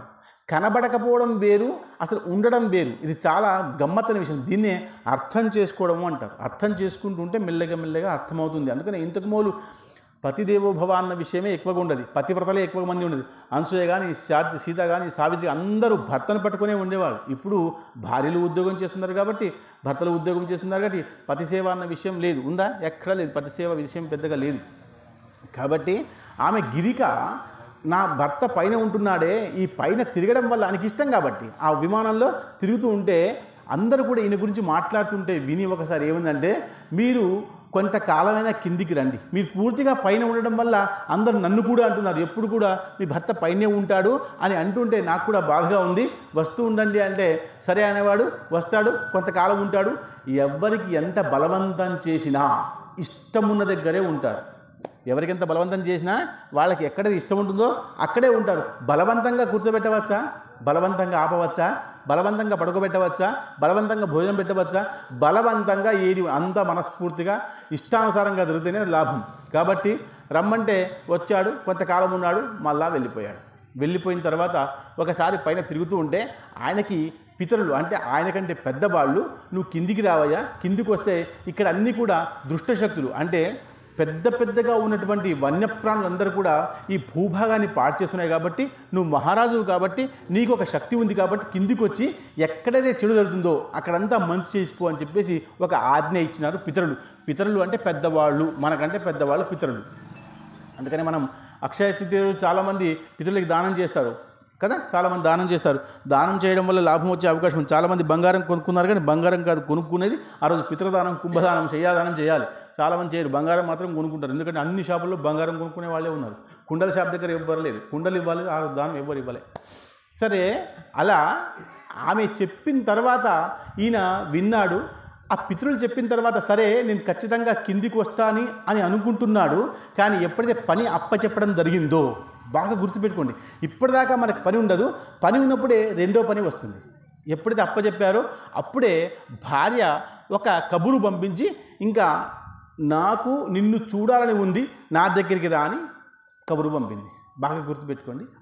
పెట్టంగానే భార్య చెప్పింది కాబట్టి ఎలా చేయాలో అర్థం అవ్వట్లేదు. ఎందుకంటే పెద్దల మాట వినాలా భార్య. అందుకనే భాగవతం కానీ, రామాయణం కానీ, దేవి భాగవతం కానీ, అసలు గీత కానీ అన్నీ కూడా మనం ఎలా బ్రతకాలో, ఎలా పెరగాలో, ఎలా ఉండాలో, ఎవరితో ఎలా మాట్లాడాలో అన్ని విషయాలు చెప్తుంది. గుర్తుపెట్టుకోండి. అందుకని ఊరికే వెళ్ళడం వల్ల ఉపయోగం లేదు. ఎలా ఉండాలో అన్ని విషయాలు భాగవతం చెప్తుంది. కాబట్టి ఇక్కడ భార్య మాట వినాలా, పెద్దల మాట వినాలా అని అర్థం కాక ఆయన ఏం చేశాడంటే భగవతికి అమ్మవారికి దండం పెట్టి, అమ్మ నువ్వే నాకు మంచి మార్గం, ఇప్పటిదాకా పైనే ఉన్నాను, నాకు ఎవరు ఏమని లేదు, కానీ ఒకటేసారి ఇద్దరు ఏమి చెప్పినారు, నాకు కిందికి వచ్చి వాళ్ళని చంపమన్నాడు. ఎవరు? రాక్షసుల్ని, దుష్టుల్ని, జంతువుల్ని చంపమన్నారు. ఇక్కడేమో భార్య రమ్మని చెప్పి చూడాలనిపిస్తుంది. ఇప్పుడు ఏం చేయాలి అమ్మ అని చెప్పి అమ్మకి దండం పెడితే అమ్మ మనస్ఫూర్తిగా దండం పెట్టిన వాళ్ళకి ఉపాయం చెప్తుంది. ఆ ఉపాయం చేయాలి. ఎవరెంతమంది చెప్పినా మీ మనస్సాక్షి ఏం చెప్తుందో అది చేయాలి. మనసులో అమ్మని నిలుపుకుంటే అమ్మ ఏం చెప్తుందో అదే చేయాలి. అదే సత్యం అవుతుంది, లేకపోతే అవ్వదు. ఒక్కొక్కళ్ళు ఒక మాట చెప్తారు. ఇల్లు కడుతుంటే 10 మంది 10 మాటలు చెప్తారు. ఇలా కట్టండి, ఇలా కిటికీ వేయండి, ఇలా వేయండి, ఇలా జాగ్రత్త పెట్టి, వాళ్ళకి సంబంధం లేదు, అయినా చెప్తారు అలా. కాబట్టి అలా ఎవరి మాట వినకుండా లోపల అమ్మవారు ఉంది కాబట్టి అమ్మవారు ధ్యానం చేస్తే ఒక విషయం చెప్తుంది. ఆ విషయం ఆ యొక్క మహారాజుకి అమ్మవారు చెప్పింది కాదు, నువ్వు ఖచ్చితంగా పెద్దలు చెప్పిన మాట వినాల్సింది అని చెప్పంగానే సరే అని చెప్పేసి భార్య దగ్గరికి వెళ్ళకుండా పెద్దలు చెప్పినట్టుగా కిందికి వచ్చి అడవిలో అందరినీ చంపుతున్నారు. ఎవరైతే దృష్టంగా చేస్తున్నారో, తప్పుడు పని చేస్తున్నారో, రాక్షసులు, దుష్టులు, జంతువులు, లేళ్ళు, తోడే అందరినీ చంపుతున్నాడు. చంపుతూ ఉంటే చంపిన తర్వాత అలసిపోయాడు కదా, పని చేసిన తర్వాత మనిషి ఏం చేస్తాడు? అలసిపోయిన తర్వాత ఎవరి జ్ఞాపకం వచ్చింది? మళ్ళీ భార్య జ్ఞాపకం. అమ్మ నాకు భార్య రమ్మని చెప్పిందే, నేను పోలేదు, ఇప్పుడు అలసిపోయాను కాబట్టి పోతే నా భార్య నాకు ఎలా అంటుందో ఏమో, తీసుకుంటుందో లేదో, మాట్లాడుతుందో లేదో, ఆమె మనసుకు బాధ పెట్టాను కాబట్టి ఆమె ఏమనుకుంటుందని ఆలోచించుకుంటూ అసలు నా భార్య ఎంత అందంగా ఉండేది, అసలు ఎంత మంచి భార్య, ఎందుకు ఆమె మాట వినలేదు, నాకెందుకు అమ్మవారి ఈ విషయం చెప్పిందని మనసులో అనుకుంటూ ఉంటే ఆయనకి ఒకటేసారి ఆమె యొక్క సౌందర్యం జ్ఞాపకం వచ్చి ఆమె సౌందర్యం చూసుకొని ఆయన దగ్గర నుంచి వీర్యం జారిపడిందట. వీర్యం జారిపడ్డం అంటే ఇప్పుడు శివ పరమాత్మ దగ్గర నుంచి వీర్యం జారిపడితేనే కార్తికేయుడు పుట్టారు. మీరు కొంచెం పురాణాల్లో ఉంటే కొన్ని విషయాలు మీకు అర్థమవుతుంటాయి. అందరినీ మనం దండం పెట్టుకుంటూ పోవడం వల్ల విషయం కాదు. ఎలా పుట్టాడు కార్తికేయుడు? వీర్యం జారిపోవడం వల్ల కిందికి వస్తే కృత్తికామాతలు కాపాడితే అప్పుడు కార్తికేయుడు అయ్యాడు. అంటే 6 ముఖాలతో కార్తికేయుడు అయ్యాడు అని మనం చెప్పుకుంటాం శివమహాపురాణంలో కూడా. ఇక్కడ కూడా అదే జరిగింది.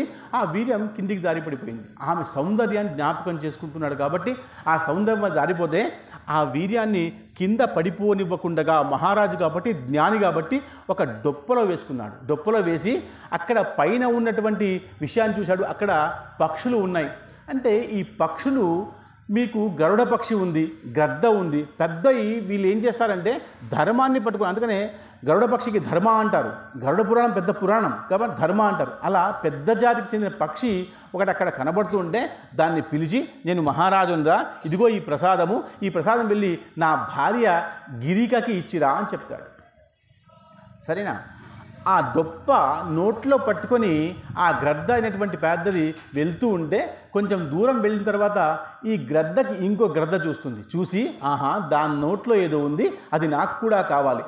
మన దగ్గర ఏమున్నదో అన్న విషయం మీద మనకు సంతోషం ఉండదు, వాళ్ళ దగ్గర ఏముందో అది కావాలనిపిస్తుంది. ఇది మానవ యొక్క ధర్మం. ఈ ధర్మాన్ని మనం మానేసుకుంటే మనం సుఖంగా ఉండే అవకాశం ఉంది. వాళ్ళ దగ్గర పెద్ద టీవీ ఉంటే మనకు కూడా పెద్ద టీవీ కావాలి, వాళ్ళ దగ్గర సోఫా పెద్ద ఉంటే మనకు సోఫా పెద్దది కావాలి, మనకు చిన్నగా ఉంటే మనకు తృప్తిగా ఉండదు. వాళ్ళకంటే ముందు వాళ్ళ తర్వాత మనమైనా గెలిచి ఉండాలి.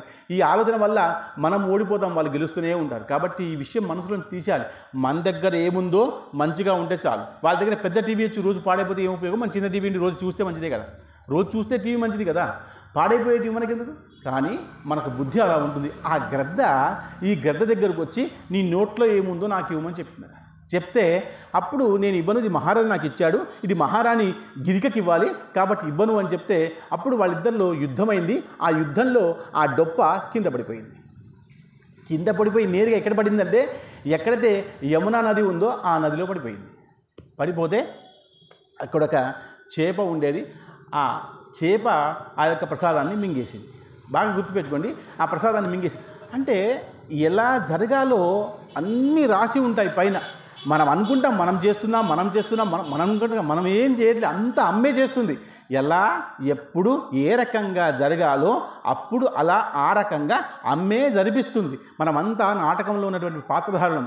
ఎప్పుడు అయిపోతుందో ఆయుష్ తెలియదు, ఎప్పుడు ఉంటామో తెలియదు, ఎప్పుడు ఏం చేస్తామో తెలియదు, ఎప్పుడు మరణం ఉందో తెలియదు, ఎప్పుడు ఏమీ తెలియదు మనకు బాగా తెలుసు అని అనుకునే అభూతంలో ఉన్నాం మనమంతా కదా. మనకు బాగా తెలుసు అని అనుకుంటాం, మనకేమీ తెలియదు. అందుకనే అమ్మవారిని జ్ఞాపకం చేసుకుంటుంటే అమ్మవారు ఎప్పుడు ఎక్కడ ఏం చేయాలో అక్కడ చేస్తుంది. అలా ఆ యొక్క మత్స్యము అంటే చేప ఆ యొక్క ప్రసాదాన్ని మింగేసింది. ఈ చేప మింగిన చేప కూడా సాధారణ చేప కాదు, సాధారణ చేప కాదు. మీరు ఇక్కడ ఒక నిమిషం ఆగండి. ఈ చేప సాధారణంగా కాదు అంటే దీని గతంలో ఒక విషయం ఉంది. ఇక్కడ ఈమె అద్రిక అన్న ఒక అప్సరస. పేర్లు పెద్దగా గుర్తుపెట్టుకునే విషయం పెద్దగా లేదు, కానీ విషయాన్ని గుర్తుపెట్టుకోవాలి కాబట్టి పేర్లు కూడా గుర్తుపెట్టుకోవాలి. అద్రిక అన్న అప్సరస ఒకప్పుడు ఒక పెద్ద ఋషి సంధ్యావందనం చేస్తుంటూ యమునలో సంధ్యావందనం చేసి నీళ్లు తీసుకొని సూర్యుడికి అర్ఘ్యం వేస్తున్నాడు. మీరందరూ వేస్తారు, సూర్యుడికి అర్ఘ్యం వేయాలి. రోజు పొద్దున దోసెట్లో నీళ్ళు తీసుకొని స్వామివారికి వేస్తే ఆ స్వామి కృప వల్ల మనకు బుద్ధి వస్తుంది. ఆ బుద్ధి ఏమొస్తుందట? అమ్మవారిని పట్టుకో, దేవుణ్ణి పట్టుకో, ధర్మాన్ని పట్టుకో అన్న బుద్ధి వస్తుందా నీళ్లు వేస్తే. అందుకనే ఇది వైశాఖ మాసం. ఈ వైశాఖ మాసంలో జలదానం చేస్తే అంత పుణ్యం ఉంది. అందుకని అక్కడక్కడ ఎక్కడ చూసినా జలదాన కేంద్రాలు ఉన్నాయి. జలం అంటే చాలా గొప్ప విషయం. అందుకనే కోపం వచ్చినా ఇంటికి మనిషి వస్తే మనం ఏమిస్తాం? మొదలు జలం, నీళ్లు. ఫస్ట్ చాయ్ ఇస్తామా? నీళ్ళు ఇస్తే పుణ్యం వస్తుంది. అలా ఈ యొక్క జలాన్ని ఎప్పుడు కూడా మనం గౌరవించాలి. ఆమె ఆ జలంలో అప్సరస, యమునా తీరంలో అద్రిక అనేటువంటి అప్సరస అక్కడ జలంలో ఆడుకుంటూ ఉంటే ఒక పెద్ద ఋషి వచ్చి ఆ జలంలో సూర్యుడికి అర్ఘ్యం వేస్తూ ఉంటే, అర్ఘ్యం వేస్తున్న సమయంలో ఆయన పాదాలు నీళ్ళల్లో ఉన్నాయి కాబట్టి ఆ పాదాలు నీళ్ళల్లో చాలా అందంగా గులాబీ రేకులతోని, మంచి ఋషి కాబట్టి, సిద్ధపురుషుడు కాబట్టి ఆయన శరీరం తెల్లగా మంచిగా ఉండి ఆ పాదాలు గులాబీ రేకుల్లాగా ఉంటే ఆ యొక్క అద్రిక అనే అప్సరస ఆ పాదాలని చూసి చాలా సంతోషించి ఆ పాదాలని పట్టుకోవడం, ముట్టుకోవడం, వదిలిపెట్టుకోవడం, నొక్కడం ఇలా చేస్తుంటే ఈయనకంతా కూడా అస్వస్థతగా ఉండి, అంటే అర్ఘ్యం చేస్తుంటే భగవంతుడికి నేను పూజ చేసుకుంటూ ఉంటే, నేను ధ్యానంలో ఉంటే ఇది ఎవరు అసలు నాకు ఇట్లా చేస్తున్నానని చెప్పేసి కింద వంగి చూస్తే ఒక అందమైన అప్సరస ఉంది. ఆమె పేరు అద్రిక. అయితే ఆ అద్రికను పైకి పిలిపించి, ఏమమ్మా నేను ఏం చేస్తున్నాను? సంధ్యావందనంగా నేను చేస్తున్నాను. నేను సంధ్యావందనం చేస్తున్నప్పుడు నాకు సహాయం చేయాలి. ఎవరైనా ధర్మకార్యము, పూజా కార్యము, దైవ కార్యము, పితృకార్యము చేస్తుంటే సహాయము చేయాలి. ఇది ధర్మం చెప్పిన మాట, గుర్తుపెట్టుకోండి అందరూ. ఎవరైనా మంచి కార్యం చేస్తుంటే అడ్డం పోవడమే కాదు, మంచిని కూడా చేయాలి. ఊరికేనే ఉండిపోకూడదు. ఊరికే ఉండిపోతే ధర్మం ఒప్పుకోదు, శాస్త్రం అంతకంటే ఒప్పుకోదు. ధర్మంలో సేవ చేయాలి. అలా నేను మంచి కార్యం చేస్తుంటే నా పాదాలు అవుతున్నావు, నాకు నీళ్ళు అవుతున్నావు, నేను అర్ఘ్యం చేయలేకపోతున్నాను అని చెప్పేసి పిలిపించి బయటకి నేను నిన్ను శపిస్తున్నాను. ఈ గుణమంతా ఎవరికి ఉంటుంది?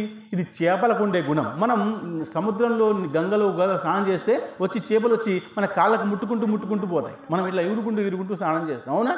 అట్లా ఇది చేపలకు ఉండే గుణం నీకు ఉంది కాబట్టి అసలు నువ్వు చేపవైపో అని శపించారు. ఎవరు? ఒక మహాత్ముడు అద్రిక అనేటువంటి అప్సరసకు శపించాడు. ఆ అద్రిక శాపంతో ఉన్నటువంటి అద్రికయే ఇక్కడ చేపగా మారిపోయి ఈ యమునలో ఆ యొక్క ఉపరితల మహారాజు ఇచ్చినటువంటి దొప్పలో ఉన్న ప్రసాదాన్ని ఏమి మింగింది. ఆమె అప్పుడు అప్సరస, ఇప్పుడు ఈమె చేప. బాగా కథలో ఉంటే కొంచెం అర్థమవుతుంది, పూర్తిగా అర్థమవడం కష్టం. కాబట్టి ఆ చేప మింగింది. ఆ చేప మెల్లగా గర్భవతి అవుతుంది. లోపల చేపల ఇప్పుడు ఒక వీర్యం లోపల వేసుకున్నప్పుడు ఏముంటుంది? అది గర్భం పెరుగుతూ ఉంటుంది. అయితే కొంతకాలం పోయిన తర్వాత ఒక చేపలు పట్టేవాడు అక్కడికి వచ్చి ఆ జాలి వేస్తే ఈ చేప కూడా దాంట్లోకి వచ్చేస్తే ఇంటికి వెళ్ళాడు, తీశాడు, కోస్తే దాంట్లో ఇద్దరు పిల్లలు, ఒక మగపిల్లాడు, ఒక ఆడపిల్ల, ఇద్దరు ఉన్నారు. దాంట్లో చూసి ఆశ్చర్యపడిపోయి, భయపడిపోయి, ఆశ్చర్యము భయము రెండు కూడా. ఎందుకంటే చేప కడుపులోంచి పిల్లలు రావడం ఏంటి అన్న భయం. కానీ ఎప్పుడైనా మనం ఒక బావి తవ్వాలి అనుకున్నప్పుడు బావి తవ్వుతూ ఉంటే బావి లోపల నుంచి నీళ్లు రాకుండా ఒకవేళ ఇంత ధనం వస్తే ఎవరైనా ఊరుకుంటారా? పోలీసు వాళ్ళు వచ్చి అప్పుడే తీసుకొని పోతారు. లేదా మనం సమాచారం ఇవ్వాలి, మనం అట్లా ఉంచుకోవడం కుదరదు. అప్పుడు కుదరదు, ఇప్పుడు కుదరదు. దాంట్లోంచి కొంత మనకిస్తారు, కొంచెం గవర్నమెంట్ వాళ్ళు తీసేసుకుంటారు. అదే ధర్మం. అంటే భూమి మీద, ఆకాశం మీద, లోపల ఎంతైతే ఆస్తిపాస్తులు ఉన్నాయో అవన్నీ కూడా రాజువే, దేవుడియే అని శాస్త్రం చెప్పింది. కాబట్టి మనం తవ్వుతున్నప్పుడు నీళ్ళు వస్తే మనవి, కానీ ధనం వస్తే గవర్నమెంట్ వాడు. అలాగే ఈ యొక్క చేపలు పట్టేవాడు ఆ పిల్లవాడిని చూసి భయపడిపోయి మహారాజు దగ్గరికి, ఏ మహారాజు దగ్గరికి? ఉపరితల మహారాజు దగ్గరికి వెళ్ళాడు. ఎందుకంటే అదే రాజ్యం కాబట్టి, అక్కడే ఉంది కాబట్టి. వెళ్ళి ఆ పిల్లని చూపించి, మహారాజా నేను చేపలు పట్టేవాడిని, పడుతుంటే నాకు 2 పిల్లలు ఈ యొక్క చేపల నుంచి వచ్చాయి కాబట్టి అనగానే అప్పుడు ఆయన అన్నాడు, ఉపరితల మహారాజు, 2 ఉన్నాయి కదా, ఒకటి నేను తీసుకున్నాను, ఒకటి నువ్వు తీసుకో అన్నాడు. అలా మత్స్యుడు అనేటువంటి మగ విషయాన్ని ఆయన తీసుకున్నాడు. మత్స్యగంధ అంటే స్త్రీని ఆ యొక్క ఆయనకి ఇచ్చేశాడు. ఎవరు చేపలు పడతాడో ఆయనకి ఇచ్చేశాడు. సరే అన్నాడు. భగవంతుడి కృప ఎట్లయితే అట్లా అని చెప్పేసి ఆ అమ్మాయిని పట్టుకొని దించుకొచ్చాడు. అందుకనే ఈ మత్స్యుడు అనేటువంటి వాడు మనకు మహాభారత యుద్ధంలో వస్తాడు. కౌరవులు పాండవులు యుద్ధం చేస్తున్నప్పుడు ఈ రాజు యుద్ధం చేస్తాడు. అందుకనే మీకు భారతము, భాగవతము, గీత, దేవి భాగవతం అన్నీ తెలిసి ఉండాలి. మీరు ఒక ప్రశ్న వేయవచ్చు నాకు, ఎందుకు తెలుసుకోవాలి? మరి ఎందుకు తెలుసుకోకూడదు? నేనంట ఎందుకు తెలుసుకోకూడదు?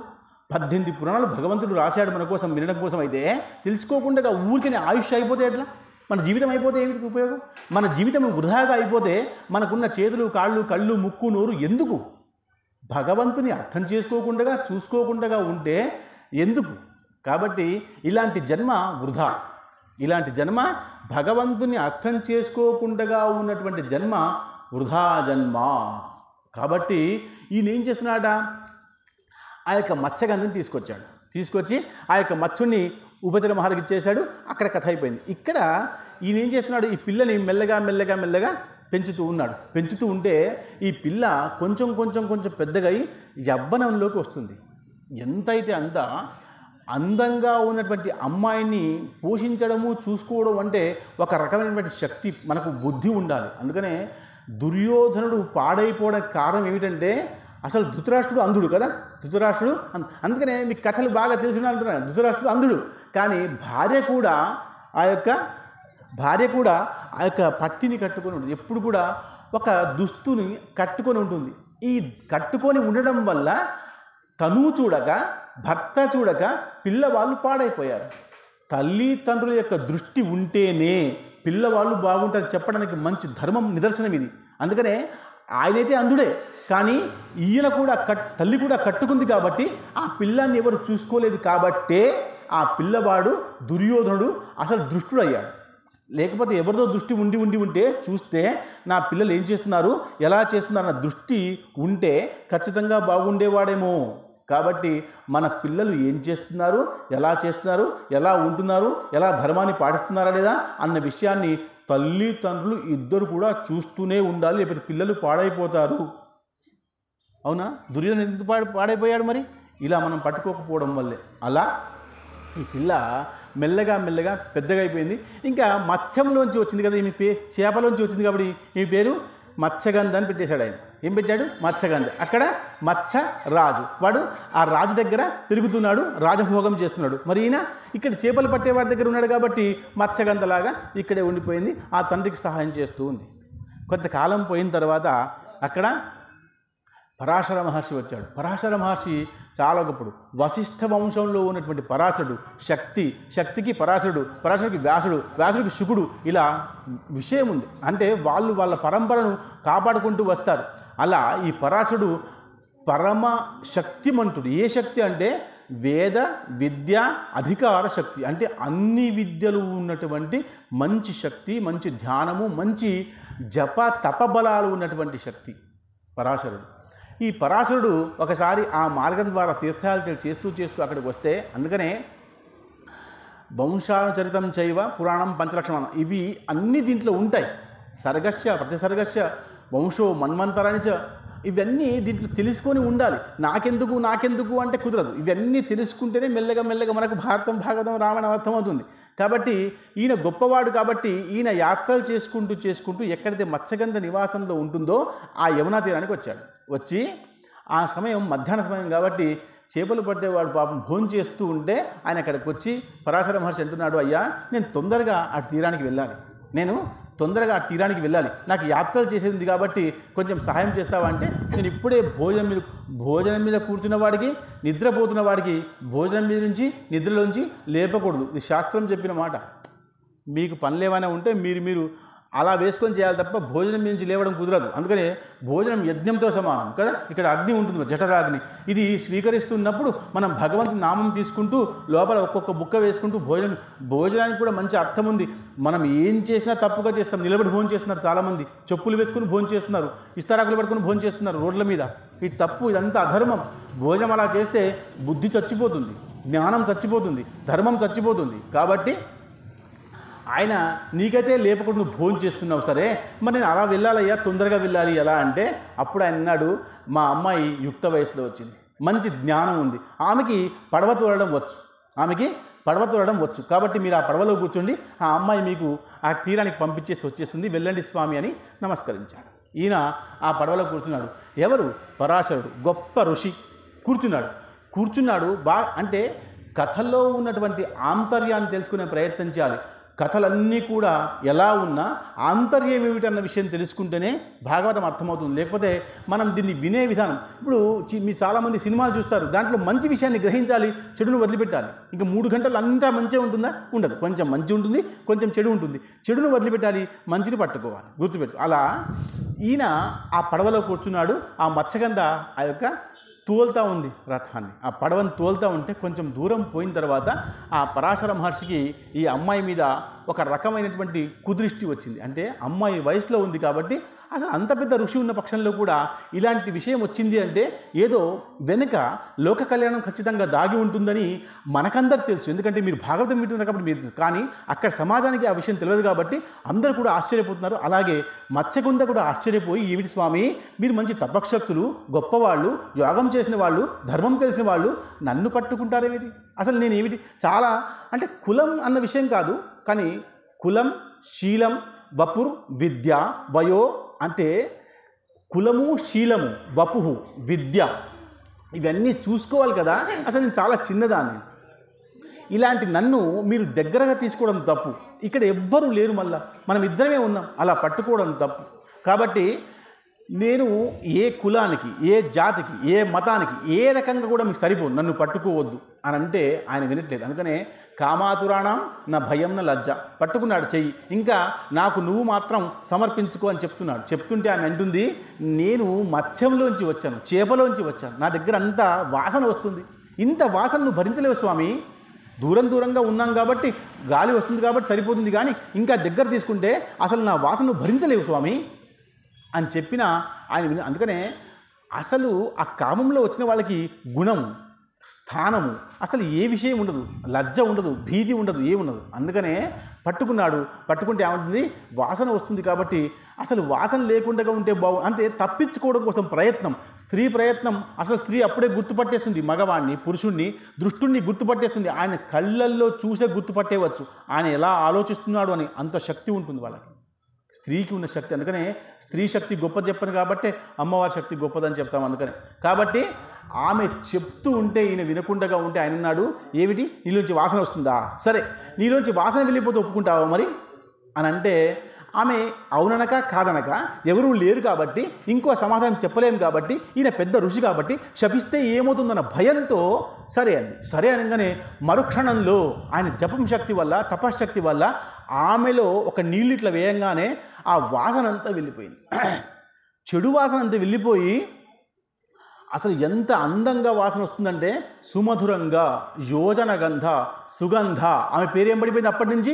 యోజనగంధ. అక్కడి నుంచి కొంత దూరంలో వరకు కూడా ఆమె శరీరం నుంచి ఒక సుగంధమైన వాసన, అసలు మల్లెపూల వాసన వస్తుందట. అంటే మత్స్యం, చేపకు ఉన్నటువంటి వాసన, కౌసు వాసన పోయి మల్లెపూల్లాగా వాసన, అది కూడా ఇక్కడ కాదు, మళ్ళీ ఆమె దగ్గర నుంచి కొంత దూరం వరకు వస్తుందట. అందుకని ఆమె పేరు యోజనగంధ అని పెట్టి అప్పుడే పడిపోయింది. యోజనగంధ, సుగంధ అని పేరు పడిపోయింది. అలా చెప్పిన తర్వాత కూడా సరే వాసన పోయింది, ఇప్పుడు నువ్వు స్వీకరిస్తావా? ఆయన కోరిక చూడండి, నన్ను ఇప్పుడు స్వీకరిస్తావా అంటే, కాదు నేను కన్యను, నాకు వివాహం అవ్వలేదు. ఒకవేళ నేను తప్పు పని చేస్తే ఇక్కడ సూర్యచంద్రుడు ఉన్నారు, ఇక్కడ ఎవరూ లేరనుకుంటున్నాను. సూర్యుడు, చంద్రుడు, వెలుతురు అన్నీ ఉన్నాయి కదా. ఇవి ఉన్నప్పుడు నేను స్వీకరిస్తే నేను తప్పుదాన్ని అవుతాను.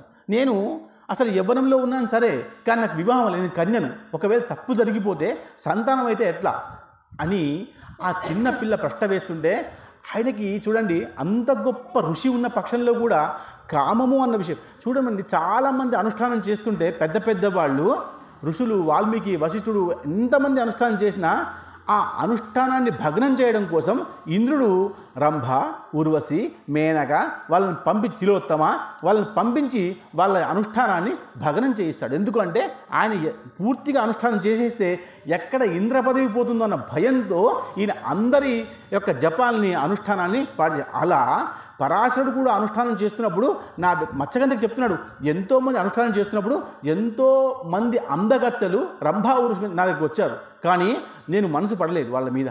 కానీ నేను మనసు ఎందుకో ఏం లోక కళ్యాణం దాగి ఉందో కాబట్టి నీ మీద ఇలా మనసు వస్తుంది, నాకు నన్ను అర్థం చేసుకో అని ఎంత చెప్తే వినకుండా ఉంటే అప్పుడు అన్నది ఆ సూర్యుడు ఉన్నాడు కదా, నీకు సిగ్గులేదు సరే నాకు ఉంటుంది కదా అని ఎక్కడిని తప్పించుకుందాం కదా అని ఉద్దేశం చెప్తే అప్పుడు ఆయన అన్నాడు, ఆ సూర్యుడిని కూడా నేను ఆపేస్తాను, ఆ సూర్యుని కూడా నేను ఆపేస్తాను అని చెప్పి మరుక్షణంలో ఆయన తపశ్శక్తి వల్ల ఆ మొత్తం సూర్యుడిగా వెలుతురుగా ఉండడం మొత్తం చీకటి చేసేశాడు. ఒక్క స్త్రీని పొందడం కోసం ఆయన జపంలో ఉన్న శక్తిని ఎలా ఖర్చు పెడుతున్నాడు చూడండి, అంతా ఖర్చు పెట్టేస్తున్నాడు. ఏం చేశాడు ఇప్పుడు? అప్పుడు ఏమో వాసన తీసుకున్నాడు, తీసేశాడు, మత్స్యగంధ యోజనగంధ అయిపోయింది.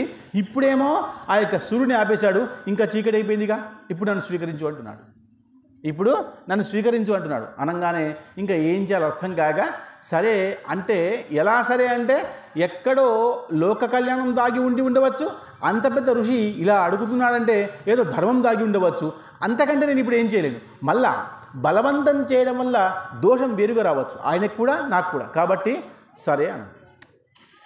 ఆ సరే అన్న ఒక్క మాట వల్ల వాళ్ళు కొంచెం దూరంలో కొంచెం సేపటి కోసం కలిసిపోయి మళ్ళా పడవ దిగి ఆ యొక్క పరాశరుడు వెళ్ళిపోయాడు. అంటున్నాడు, నేను వెళ్ళిపోతున్నాను, నువ్వు నాకు శారీరక సుఖాన్ని ఇచ్చావు, కానీ నేను గొప్ప ఋషిని, నువ్వు ఒప్పుకుంటున్నావు నీవు గొప్ప ఋషిని, కానీ నాకు ఇలాంటి ఆలోచన వచ్చిందంటే ఖచ్చితంగా ఏదో లోక కళ్యాణం దాగి ఉంది, కాబట్టి నిశ్చింతగా ఇంటికి వెళ్ళు, నీకేం భయం లేదని చెప్పంగానే కొంచెం బాధపడి కొంచెం సంతోషించి ఇంటికి వచ్చింది. ఇంకా నా తల్లికి తండ్రికి ఎలా చెప్పుకోవాలని బాధపడుతూనే వచ్చింది కానీ దీంట్లో లోక కళ్యాణం దాగి ఉంది కాబట్టి ఆమె ఇక్కడికి వచ్చేసింది.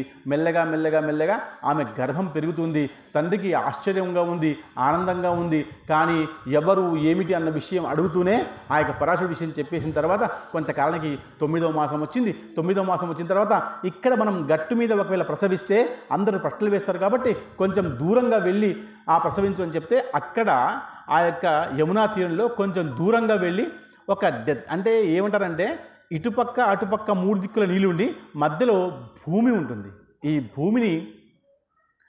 ఈ భూమి మీద ఒకవేళ ఉంటే ఇక్కడ ఏ దోషాలు మనకు పెద్దగా రావు అని అక్కడ ఉండి కొన్ని రోజుల్లోనే ఆమె ప్రసవించింది. ఎలా ప్రసవించింది అంటే ద్వైపము అంటారు, ద్వీపము అంటాం కదా, ద్వీపము అంటాం కదా, అంటే ఇక్కడ అన్ని నీళ్ళు ఉంటాయి, లోపల భాగం ఉంటుంది, జాగా ఉంటుంది, దాన్ని ద్వీపము అంటారు. అలా ఆ ద్వీపం మీద ప్రసవించింది. పిల్లవాడు పుట్టాడు, ఆ పిల్లవాడే వ్యాసుడు, వేద వ్యాసుడు. బోలో వేదవ్యాస భగవానకి జయ. గుర్తుపెట్టుకోండి, ఈ వ్యాసుడు ఇలా పుట్టాడు. పుట్టిన వ్యాసుడు ఎలా ఉన్నాడు అంటే ద్వీపంలో పుట్టాడు, నల్లగా పుట్టాడు, వెలుతురంతా వెళ్ళిపోయింది కదా, నల్లగా పుట్టాడు కృష్ణుడు. కాబట్టి ఆయన పేరు కృష్ణద్వైపాయనుడు. వేదవ్యాసుడి పేరేమిటి? కృష్ణద్వైపాయనుడు. ఆయనకు వేదవ్యాసుడు కాదు, వేదాలని మళ్ళీ అమర్చి మళ్ళీ చీల్చి 4 భాగాలుగా చేశాడు కాబట్టి, వ్యాపింపచేశాడు కాబట్టి వ్యాసుడు అయ్యాడు. ఆయన పేరు కృష్ణద్వైపాయనుడు. నల్లగా ఉన్నాడు, దివ్యమంలో పుట్టాడు కాబట్టి కృష్ణద్వైపాయనుడు. ఆ పిల్లవాడు అలా పుట్టంగానే కొంచెం సేపటికి పెద్దగా అవుతాడు. అందుకనే వ్యాసాయ విష్ణురూపాయ వ్యాసరూపాయ విష్ణవే నమో వై బ్రహ్మహృదయే వాసిష్ఠాయ నమో నమః. గొప్ప దాంట్లో పుట్టాడు కదా, గొప్పగా ఉంటాడు కదా, అంత గొప్పగా అవతారం తీసేసుకున్నాడు. అది విష్ణువే, ఆయన స్వతహాగా ఎవరు? విష్ణువే. కాబట్టి అలా ఉన్నాడు. ఏమంటున్నాడట? అమ్మా నాకు జన్మనిచ్చావు. తల్లి అయిపోయింది కదా, తల్లి అయిపోయింది. అమ్మా నువ్వు నాకు జన్మనిచ్చావు. చిన్నపిల్ల ఆమె కదా, కానీ పెద్దగా ఉన్నాడు. భగవత్కృప అంతా. అమ్మా నువ్వు జన్మనిచ్చావు, నాకు తల్లివి నువ్వు. కాబట్టి ఇంకా నేను అనుష్ఠానం కోసం సరస్వతి నది తీరానికి వెళ్తానన్నాడు. గుర్తుపెట్టుకోండి, రేపటి సరస్వతి తీరాలు మీకు దాన్ని ఏమంటారు, పుష్కరాలు వస్తున్నాయి, సరస్వతి పుష్కరాలు. అందుకనే సరస్వతి పుష్కరం ఎలా ఉంటుందంటే, సరస్వతి అప్పుడు పుట్టిన తర్వాత మళ్ళీ గుప్తమైపోయింది. ఇంకా సరస్వతి ఎక్కడ పెద్దగా లేదు. అక్కడ ప్రయాగరాజ్లో అంతర్వాహినిగా ఉంది, సరేనా, లోపల నుంచి ప్రవహిస్తుంది. ఇప్పుడు మనకి ఇక్కడ కాళేశ్వరంలో చేస్తున్నారు చాలామంది, కానీ అసలు ఎక్కడ శాస్త్రంలో ఉందో పెద్దగా దొరకట్లేదు. కానీ పెద్దవాళ్ళు చేస్తుంటే మనం మౌనంగా ఉండాలి, అక్కడ చేస్తున్నారు. మళ్ళీ బద్రీకేదార్ దగ్గర కొంత యామ అనే ఊరిలో కొంచెం ఉంది, చేస్తున్నారు. కానీ ఎక్కడ ఉందట, కొంచెంలో కొంచెం ప్రయాగరాజ్లో ఉంది, అక్కడికి వెళ్ళి స్నానం చేయాలి. ఆ సరస్వతి తీరంలో వేదవ్యాస, అందుకనే సరస్వతీ తీరంలో వెళ్ళి అనుష్ఠానం చేసుకున్నాడు. కాబట్టి ఆ సరస్వతిని ప్రతిష్ఠ చేద్దాం. చూడండి మన భాషలో ఎంత గొప్పదో, అవునా కదా? అలా సరస్వతీమాత తీరంలో అనుష్ఠానం చేసినందుకు సరస్వతీమాతను ప్రతిష్ఠ చేద్దామనే ఉద్దేశంతో బాసరకు వచ్చి వ్యాసపురికి వచ్చి అమ్మవారిని ప్రతిష్టాపన చేశాడు ఆయన వేదవ్యాసుడు. కాబట్టి అమ్మా నేను వెళ్తున్నానంటే, అయ్యా అసలు పరాశరుడు వచ్చాడు, నన్ను ఇలా అడిగాడు, అవునన్నాడు, నువ్వు పుట్టావు, వెళ్ళిపోతున్నావు, ఇంకా నా సంగతి ఏమిటి? నేను ఎడిపోవాలి, నేను తల్లిని కదా, పుట్టినావు కదా, పుట్టిన తర్వాత పుత్రవాత్సల్యం ఉంటుంది కదా, మరి పుత్రవాత్సల్యం లేకుండా ఎట్లా అని అంటుంటే అప్పుడు ఆయన అన్నాడు, నేను పుట్టిందే లోక కళ్యాణం కోసం. బాగు, నేను పుట్టిందే లోక కళ్యాణం కోసం. కాబట్టి తల్లి నాకు ఏ తల్లి కూడా ఒక పిల్లవాడిని పంపించడం కోసం సన్యాసం తీసుకోవాలన్నా తల్లి ఆజ్ఞ కావాలి, ఏ వ్రతం చేయాలన్నా భార్య ఆజ్ఞ కావాలి. ఊరికినే వ్రతం వేసుకుంటా అంటే భార్య ఒప్పుకుంటూనే వ్రతం, తల్లి ఒప్పుకుంటేనే సన్యాసం, శాస్త్రం చెప్పిన మాట. ఇప్పుడు ఏం చేస్తున్నారు కానీ ఇలా చేయడం ధర్మం ఒప్పుకోలేదు. కాబట్టి అమ్మ నువ్వు నాకు ఆజ్ఞ ఇవ్వు అని ఆమెకి దండం పెట్టాడు. వ్యాసుల వారు దండం పెట్టిన వారు తల్లి సంతోషించి సరే వెళ్ళు, కానీ నేను పిలిచినప్పుడు రా అని చెప్పింది. ఎప్పుడు పిలిస్తే అప్పుడు రావాలి. అందుకనే ఎప్పుడు పిలిస్తే అప్పుడు వచ్చేవాళ్ళు ముగ్గురు. ఒకది శంకరాచార్యుల వారు, రెండవది వేదవ్యాసుల వారు, మూడవది నరసింహ సరస్వతి స్వాముల వారు. దత్తాత్రేయ 3వ అవతారం నరసింహ సరస్వతి. ఎప్పుడు పిలిచినా అప్పుడు తల్లి దగ్గరికి వెళ్తారు వీళ్ళు. గుర్తుపెట్టిన శాస్త్రంలో ముగ్గురు ఉన్నారు. ఎప్పుడు పిలిస్తే అప్పుడు తల్లి దగ్గరికి వెళ్ళేవాళ్ళు. కాబట్టే తల్లిని గౌరవం చెప్పింది శాస్త్రం, ఇలాగే చెప్పింది మరి. అందుకనే కాబట్టి వెళ్ళిపోమని. ఇంకా ఆయన సరస్వతీరంలో అనుష్ఠానం చేసుకుంటూ ఉన్నాడు. చేసుకుంటూ ఉంటే ఆయనకి ఎంత జ్ఞానం వచ్చిందంటే ఆ జ్ఞానాన్ని పెంపొందించుకోవడం కోసం ఆయన అనుష్ఠానం చేస్తుంటే ఆయన దగ్గర ఎన్నో రకాల విషసర్పాలు, ఎన్నో రకాల భూతాలు, కీటకాలు అన్నీ వచ్చి ఆయన్ని పట్టుకునే ప్రయత్నం చేస్తున్నాయట. మీరు బాగా గుర్తుపెట్టుకోండి. మీరు ఇక్కడ కూర్చోండి, చాప మీద కూర్చొని రామనామ జపం చేస్తూ ఉంటే మీ దగ్గర పురుగులు, చీమలు, నల్ల చీమలు, ఎర్ర చీమలు అన్నీ వస్తే మిమ్మల్ని కుట్టడానికే వస్తున్నాయి అనుకోకూడదట. మిమ్మల్ని స్పర్శిస్తే వాళ్ళకి పుణ్యం వస్తుంది. మీకు స్పర్శించిన తర్వాత వాళ్ళకి జన్మ అక్కడ అయిపోతుంది, వాళ్ళు మళ్ళీ మనుష్య జన్మకు రావాలి కదా. ఒక వ్యక్తి చచ్చిపోతే కదా మళ్ళీ జన్మ రావడం. ఇక్కడ చీమ చనిపోయింది, ఈ చీమ చనిపోయింది అంటే 1,00,000 జన్మ అయిపోయింది కావచ్చు, 84 లక్షల జన్మలు అయిపోవాలి కదా. ఇక్కడ చచ్చిపోయింది, ఎవరి చేతిలో చనిపోయింది? ఈ అమ్మ రోజు అమ్మ దండ వేస్తుంది, అమ్మ చేతిలో చచ్చిపోయాను, సంతోషం, దానికి చచ్చిపోతుంది. మీరు కార్తీక మాసంలో దీపం పెడతారు, దీపం పెట్టినప్పుడు ఎన్నో పురుగులు వచ్చి దానికి ముట్టుకునే ప్రయత్నం చేసి చచ్చిపోతాయి. అవన్నీ పుణ్యాన్ని సంపాదించుకుంటున్నాయి. గుర్తుపెట్టుకోండి, పుణ్యం అలాగే ఉంటుంది. మీరు ఆలయానికి దేవి భాగవతం వినడానికి వస్తున్నప్పుడు మీ కాళ్ళ కింద ఎన్ని చీమలు చచ్చిపోయావు ఎవరు తెలిసి చూస్తున్నామో. మనం చెప్పులు వేసుకొని వస్తున్నాం కాబట్టి మనకు తెలియదు. కాబట్టి అన్ని పురుగులు కూడా ఆ అమ్మవారి దండం పెట్టి చచ్చిపోతాయి. ఎందుకు? నా జన్మ ఇక్కడ అయిపోయింది. ఎవరు? ఈ అమ్మ మంచి భక్తురాలు, ఆమె కాళ్ళ కింద చచ్చిపోతున్నాం కాబట్టి వాళ్ళకి మంచి జన్మ రావాలనే ఉద్దేశంతో అవి వెళ్ళిపోతాయి, తృప్తిగా వెళ్ళిపోతాయి. కాబట్టి మనం అనుష్ఠానం చేస్తున్నప్పుడు మన దగ్గరికి వచ్చిన ప్రతి విషయం కూడా తప్పు కోసమే వస్తుందని అనుకోకూడదు, మంచి కోసమే వస్తాయి. మంచి కోసం వస్తాయి కానీ మనకు భయం అనిపిస్తుంది. కాబట్టి మనము పంచమి రోజు పుట్టక పాలు వస్తాం, ఇంట్లో పాము వస్తే వాడిని పట్టించి మరీ తీసుకుపోతాం కదా. అప్పుడు పూజ చేస్తాం మనం, అప్పుడు ధైర్యం ఉంటుందా? ఉండదు. మనం ఏ గంగలో స్నానం చేస్తామో ఆ గంగలోంచి నీళ్ళు తీసుకొచ్చి మళ్ళీ దేవుడి మీద పోస్తాం. అవునా? గంగ వేరేగా ఉందా దేవుడి కోసం? లేదు. మనం స్నానం చేసి అవే నీళ్ళు తీసుకొచ్చి గంగ నీళ్ళు పవిత్రమని చెప్పేసి మనం పెట్టుకుంటాం, అంతే కదా. కొత్త గంగ ఏమి లేదు కదా. నువ్వు చేసిన స్నానం నీళ్ళే మళ్ళీ అక్కడ దేవుడికి వేస్తున్నాం. కానీ పవిత్రత, మనసు చాలా పవిత్రంగా ఉండడం వల్ల ఆ నీళ్లు పవిత్రంగా పనిచేస్తున్నాయి. కాబట్టి మనం ఆ దేవి భాగవతాన్ని రచించినటువంటి వేదవ్యాసుల వారు ఎలా పుట్టాడో మనం తెలుసుకునే ప్రయత్నం చేసాం. ఇలా పుట్టాడు కాబట్టి అలా పుట్టిన వేదవ్యాసుల వారు మళ్ళీ భాగవతాన్ని ఎలా రాసి ఎలా చెప్పారన్న విషయాన్ని మనం రేపటి భాగంలో తెలుసుకునే ప్రయత్నం చేద్దాం. ఎత్ర యోగేశ్వర కృష్ణో ఎత్ర పార్థో ధనుర్ధర తత్ర శ్రీ విజయ భూతి ధ్రువ